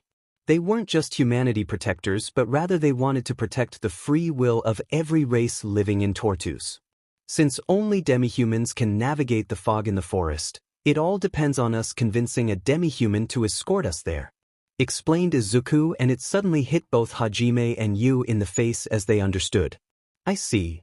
We can't navigate the forest without having a tour guide from among the demi-humans, and if we were to go to the demi-human kingdom, they'd probably either agree or disagree depending on whether they like us or not, said Hajime, finally understanding everything. They had lucked out that they had encountered the Holia tribe who agreed to escort them, but normally, they should have to encounter a demi-human when going to the labyrinth, and in order to navigate the fog of the Sea of Trees, they have to convince them to escort them to the entrance of the labyrinth. So the test is to encourage a bond with the demi-humans? Said Yu. She too had understood the purpose of the test and looked particularly proud of Izuku, who was very smart. Since both humans as well as demons are particularly prejudiced towards demi-humans who aren't blessed with mana, The Liberators are trying to beat away such a radical way of thinking and encourage the Labyrinth Challenger to make a bond with them. The giant tree in the center is called Sacred Tree, Uralt. And according to Cam, who is the chieftain of the Holia tribe, it's supposed to be a holy ground so no one among the demi-humans gets near it. My apologies for interrupting your conversation. Could I have you three try to conceal your presence as much as you can? Asked Cam as he interrupted the conversation between the three. We are all wanted people. Things would take a turn for the worse if anyone from Verbergen found us. Cam explained as the three looked among each other but nodded. All right, understood, said Hajime as the three proceeded to use the hide presence skill which had surprised the Holia tribe since it was far superior to their own. Master Hajime, would it be possible to adjust it to our level? Though we may pride ourselves on our ability to detect presences and stay hidden, I'm afraid we may lose track of you entirely at that level of ability, admitted Cam much to his shame.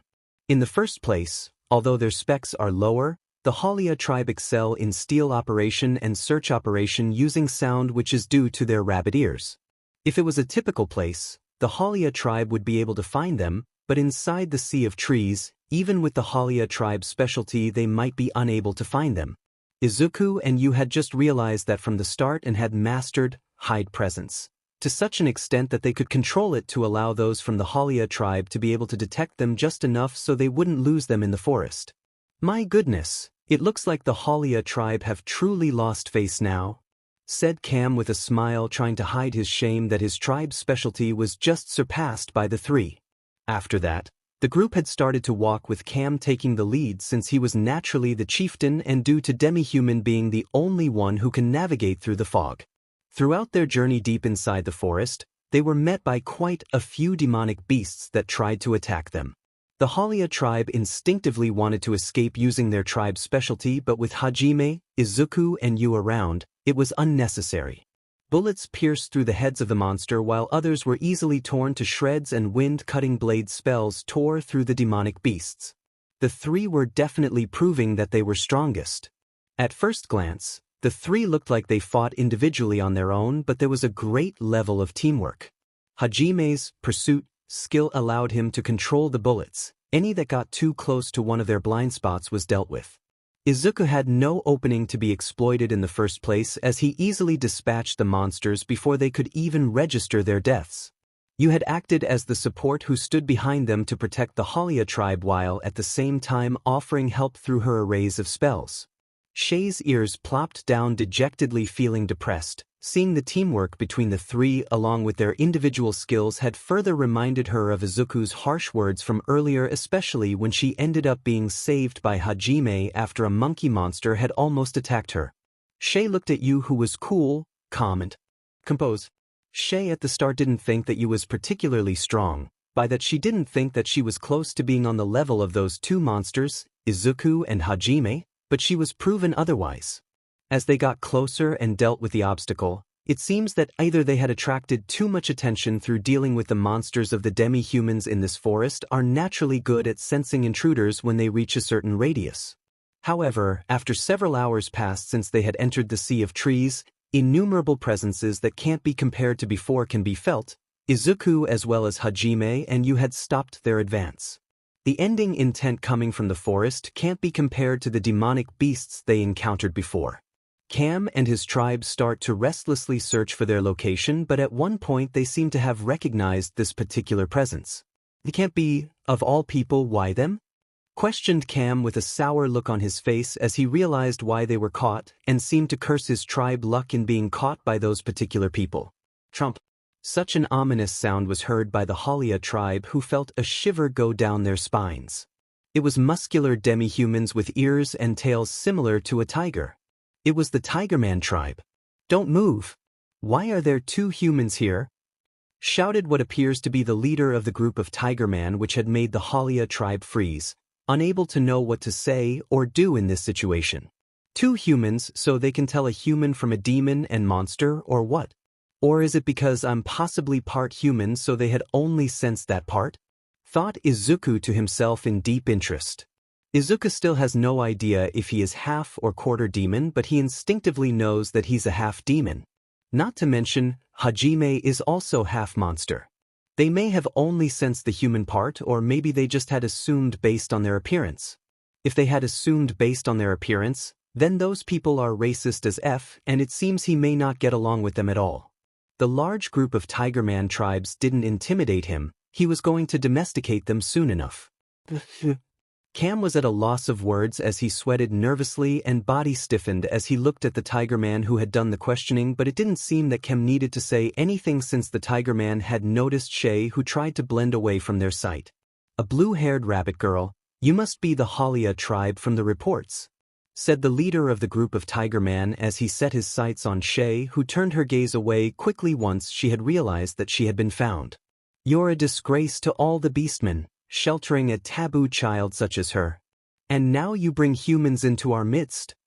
Shouted the leader. Clearly he was enraged. You're not leaving here alive. You're all going to be executed, right? Tigerman shouts were interrupted when a bullet had been shot by Hajime, who had been fed up with being ignored. Such an ominous thundering sound was heard as the bullet was shot with a speed which had missed the captain's ear by a hair. Unfortunately, the tree behind the Tigerman had a hole ripped from where the bullet had impacted it, and it continued to the tree behind it and so forth. If you intend to end them, then I won't hold back. Don't think that one of you will survive, said Hagi, his voice echoing with it being laced with a very powerful invisible pressure.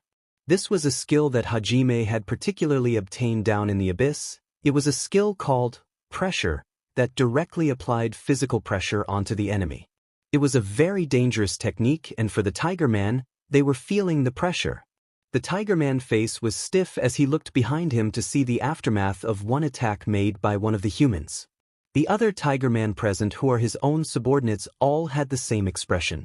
They all realized that if they had gotten hit by one of those weird spells, they were done for. What did he just do? No.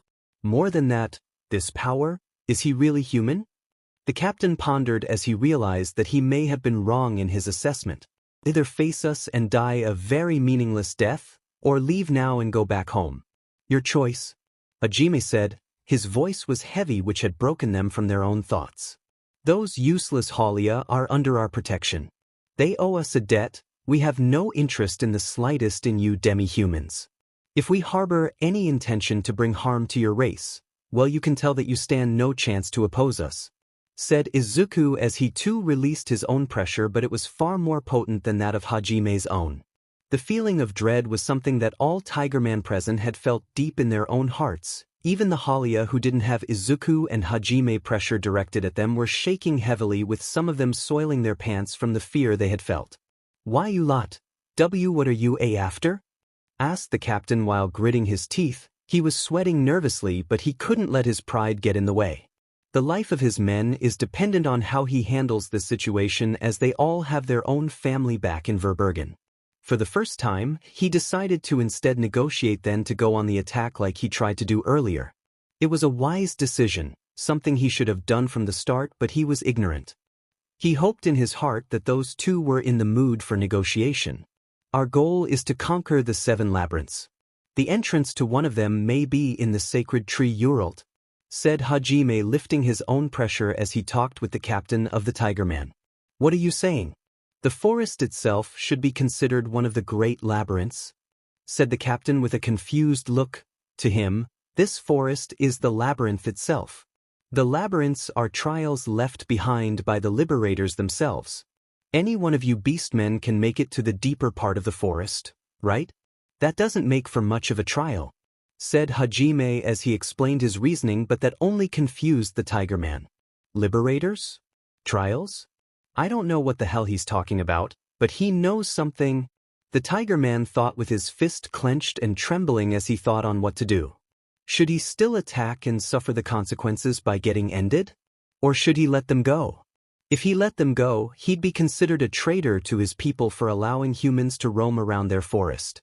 At the same time, attacking them meant he and his men would die. He didn't care about his own life since it was his duty as a leader, but his own men had family waiting for them back home.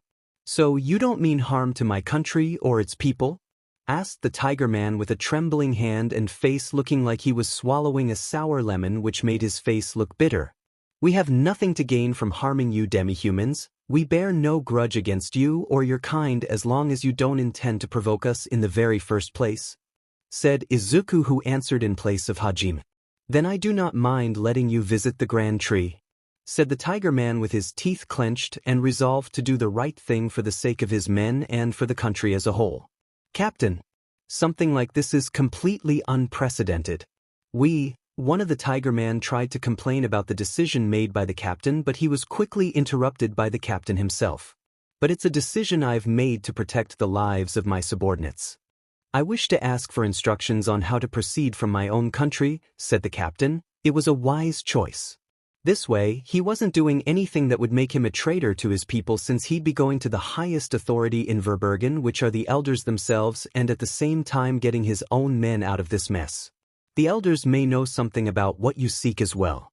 Wait here with me while we send a messenger," said the captain of the Tiger Man, while both Hajime and Izuku looked unbothered. "Just make sure they explain everything like you just told them, got it?" said Hajime, warning them that he won't tolerate it if they were to twist his words in order to try and attack them. Nonetheless, the Tiger Man captain had ordered one of his men to head back to Verbergen to report, while Hajime returned the 2 revolvers into his holster as he relaxed, well, at least from the demi-human perspective. An hour had passed with them waiting for the group. It didn't much bother them in the slightest. Some of the demi-humans tried to be bold and thought they could attack when the group's guard was down, but a laugh from Hajime and a warning was enough to remind them that he could see them. Izuku had also demonstrated how fast his sword draw is by just cutting all the surrounding trees, which forced all the Tiger Man to the clearing. Seeing the trees that were cut in pieces made them gulp as they realized that this might be their fate. With that demonstration, the Tiger Man had just decided to stop provoking the humans. So silence returned, albeit there was tenseness permeating the air, as they were naturally afraid of the group of humans, aside from Izuku and you, who didn't care about the TPO, time, place, occasion, and started flirting. Izuku knew he was being an a-hole for flirting with you in front of others, but he didn't care about the feelings of others except for Hajime, who was already showered with attention by Shay, whom he softened up towards. Nonetheless, if he was going to wait, he needed to keep himself entertained. Besides, his flirting with you seemed to calm the Tiger Man enough and gave favorable impressions, since they thought they were just some cruel bastards who'd slaughter people for sports, but seeing such an atmosphere made some of them unconsciously smile. After all, some of them are either married or promised to someone else. Some already have a family, so seeing such a scene made them smile without really meaning to, and their hostility had lessened considerably. "They're here," muttered Izuku as the tension returned once more, having sensed the multiple presents coming towards them from the fog as several new figures of demi-humans appeared before them. The elderly man who was in the middle especially attracted their attention. Beautifully flowing blonde hair along with his blue eyes that show great knowledge, his body was thin, as if it'll blow along with the wind. To that dignified appearance, some wrinkles were carved, but that contrast only accentuated his beauty. Above all of that, his ear was long and pointed. He was from the forest tribe or the elf tribe.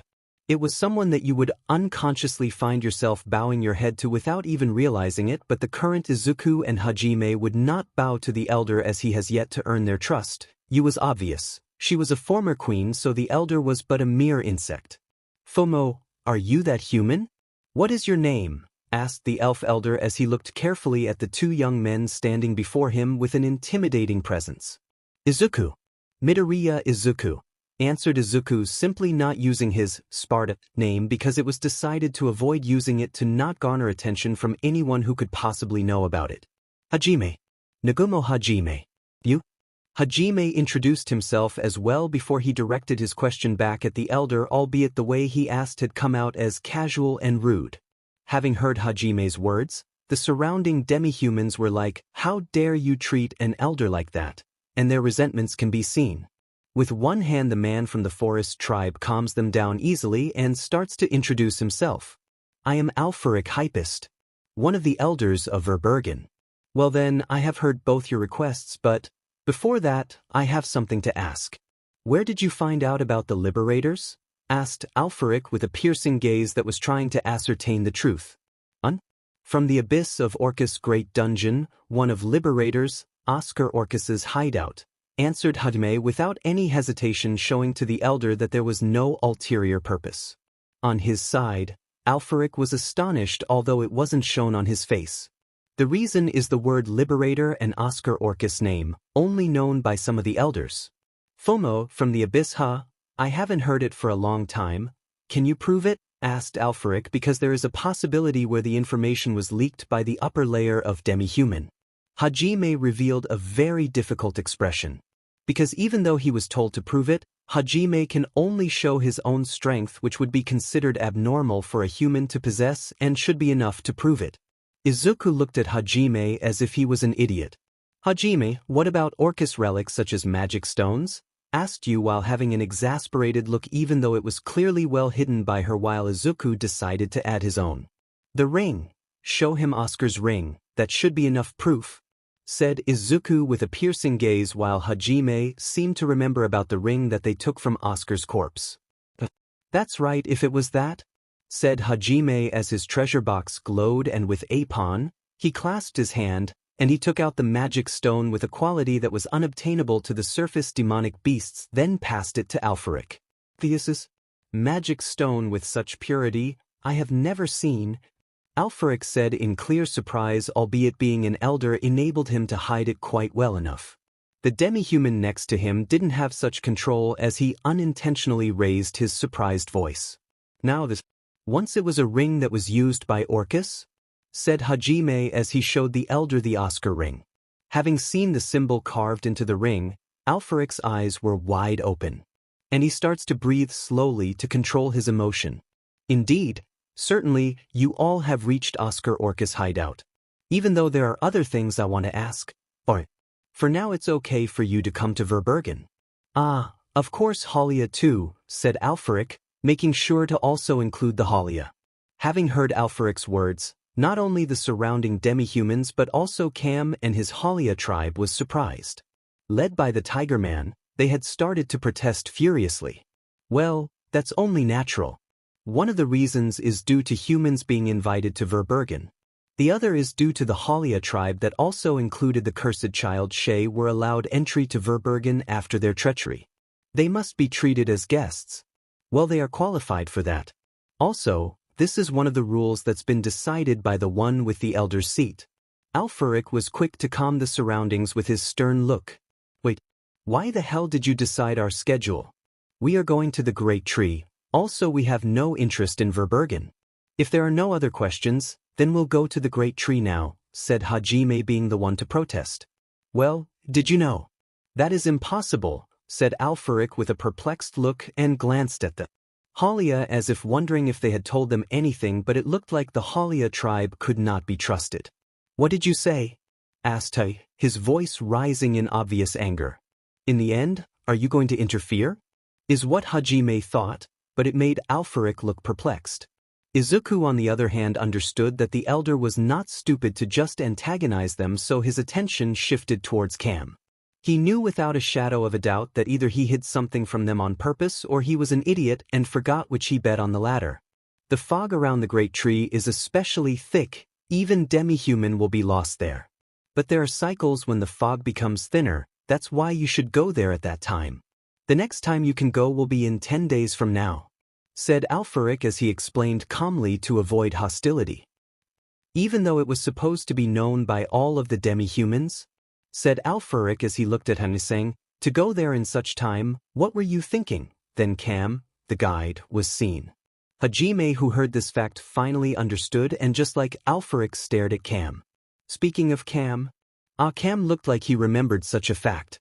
A vein appeared on Hajime and Izuku's head as it was confirmed that Cam had actually forgotten such an important fact. Cam? Asked Hajime dangerously. His voice was seething as he looked at him with an angry look, ready to pull his twin revolvers and put holes in their bodies. Well, what can I say? Look, a lot has happened, I just forgot about it. I've only been there when I was a child, so I was not aware of the cycle. Cam had desperately tried to find an excuse and had become flustered. I told you at the start that if there is something that we should be told about in regards to the forest, that you should spill your gut out, but I guess I've placed too much expectation on you useless rabbits. You had one job, one hijab. Izuku's voice was seething in anger. Cam's face paled. It didn't help that Izuku, Yu and Hajime's stares hurt him, and so he decided to change tactics and switch to blaming the others around him for not remembering. Shay, the others too. Why didn't any of you say something? Cam had proceeded to shout while pointing an accusatory finger towards his daughter and his brethren. Wah! You're getting mad at us, Dad. That's misplaced anger because Father was so confident, so I thought the cycle must be near. In other words, it's Father's fault. Shay shouted back as she returned the blame. You were so confident that I thought you knew it was the right time to go.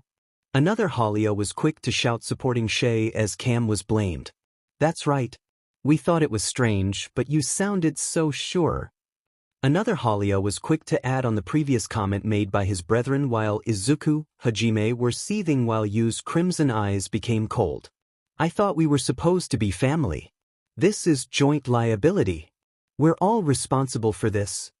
Shouted Cam indignantly at seeing his own daughter and tribe throwing him under the bus. Hajime Dano and Izuku Dano, not only me but please punish all of us. Shouted Cam, who turned to face the two who looked even more angry at those shameless words coming out of Cam, who was smiling so goofily. Ah, how dirty. Father is dirty. Because it's scary to be punished alone. You tried to drag us down. Shay shouted back with shock and a look of betrayal as she realized her father's intention. Please don't involve us. Another Holia was quick to shout as they tried to avert their eyes from Izuku, Yu and Hajime, who was leaking even more pressure on them. Idiot. On our way, you've already seen how Hajime Dano and Izuku Dano are. I absolutely don't want to be punished alone. Cam complained tearfully as he remembered the slaughter that they witnessed earlier. You, how can you call yourself a chief? Another Holia shouted in outrage as Cam's shamelessness and betrayal towards their tribe had made them shoot him dirty looks. The Holia tribe may be known to have the greatest affection compared to the other demi-humans. They are noisily trying to push their own responsibility to others. Just where did their affection go, as expected of Shay's family? All of them were shameless rabbits. The Tiger Men and the other representatives of Verbergen stared apathetically at the scene unfolding, knowing what's about to happen to them. It seems that the Holia tribe are also known for their shamelessness and will drag their kin down with them. With a vein appearing, Hajime and Izuku, as if sharing the same mind, had just muttered the same words as they looked at their companion Yu, who knew what they're going to say. You, the two said at the same time while Yu answered with N before she stepped forward, then held out her right hand. Having noticed that, the Holia tribe expression was cramped. Wah, please wait, Yu-san. If you want to do it, just take it to my father. Shay shouted as she shamelessly pointed at her father, but that didn't slow you down. Ha ha ha, we'll always be together. Cam laughed heartily as he spouted such unfair and unreasonable words that angered his own tribe members, who looked at him with indignation. The hell with together, shouted a Holia with a mix of anger and fear as he was approaching, and they knew deep in their hearts what will happen. Yuadano, please only hit the chief. Another was quick to shout as they attempted to weasel their way out of this punishment, but Yu's eyes were cold. It's not my fault, it's not my fault, the one at fault was the chief. Another one was shouting with tears in the corner of his eyes and both hands at the side of his hand as if he was facing doom. To the Holia tribe, who was in chaos, you quietly muttered. Storm Emperor, you quietly muttered, unbothered by the Holia tribe, who was in chaos playing a game of blaming the others. She was given this task by Izuku, so she will complete it. Ack! The Holia screamed. Those rabbit ears were flown to the sky. Their screams echoed in the sea of trees. Even though their brethren were just attacked, Alfaric and the surrounding demi-humans weren't mad at all. In fact, they had looked at the sky with clear amazement. From their expression, it seems the Holia tribe's shamelessness was widely known. They advance in the dense fog guided by Gil, the tiger-like demi-human from earlier, who was the captain of the group of tiger men who had cornered them at one point. Their destination is Verbergen. They had walked for an entire hour with Izuku, Hajime, Yu, Holia tribe, and Alfaric surrounded by the other demi-humans. Apparently, Zam the messenger was using a lot of instant movement. After walking for a while, they suddenly arrived at a place where the fog was cleared up. Although not all of the fog cleared up, It had formed a road that resembled a tunnel inside the fog. If you looked closely, crystals as big as fists were buried at the side of the road that gave off blue light. It seems to have the ability to ward off the fog.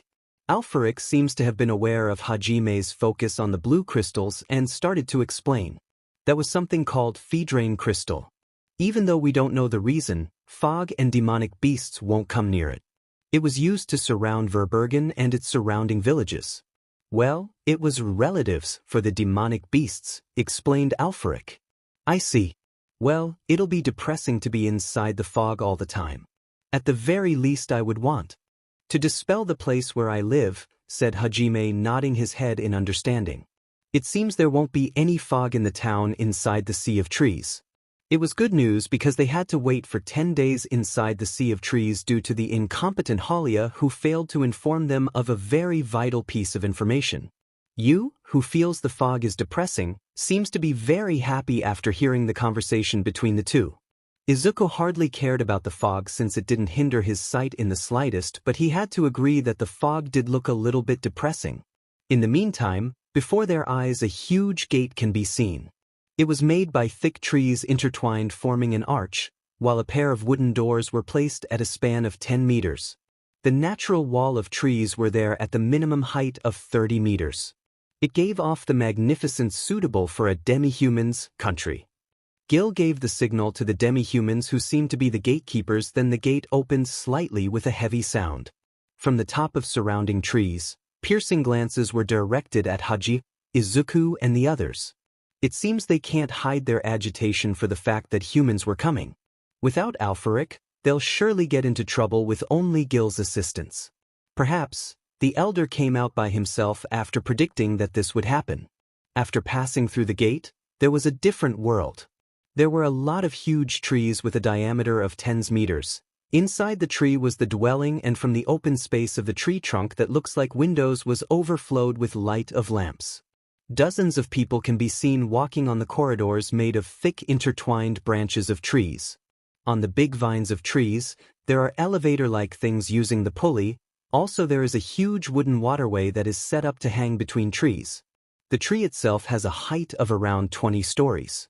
Haji, Izuku and you were mesmerized with open mouth, fascinated by the beautiful cityscape.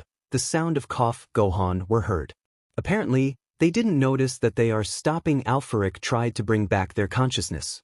Fufu, it seems you've taken a liking to our hometown Verbergen. Alfaric spoke, but his expression expressed a lot of joy. It seems that the surrounding demi-humans, including the Holia tribe, couldn't help but take pride in their home. It's my first time to see such a beautiful town.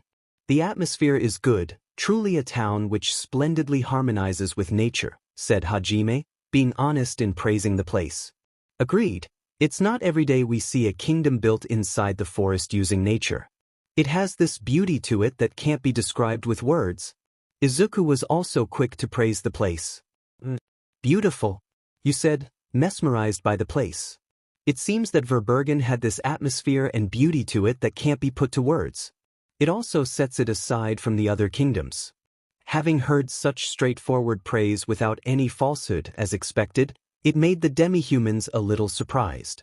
However, having their hometown praised surely made them happy. All of them tried to avert their face with a HMPF while their beast ears and tails were vigorously moves. The residents of Verbergen were looking at Izuku, Hajime and their party with curiosity and avoidance. There were also various gazes filled with hatred or perplexity, while they continued to go toward the place that Alfaric had prepared. It was understandable that they'd feel this way. A group of humans had just wandered inside their safe haven.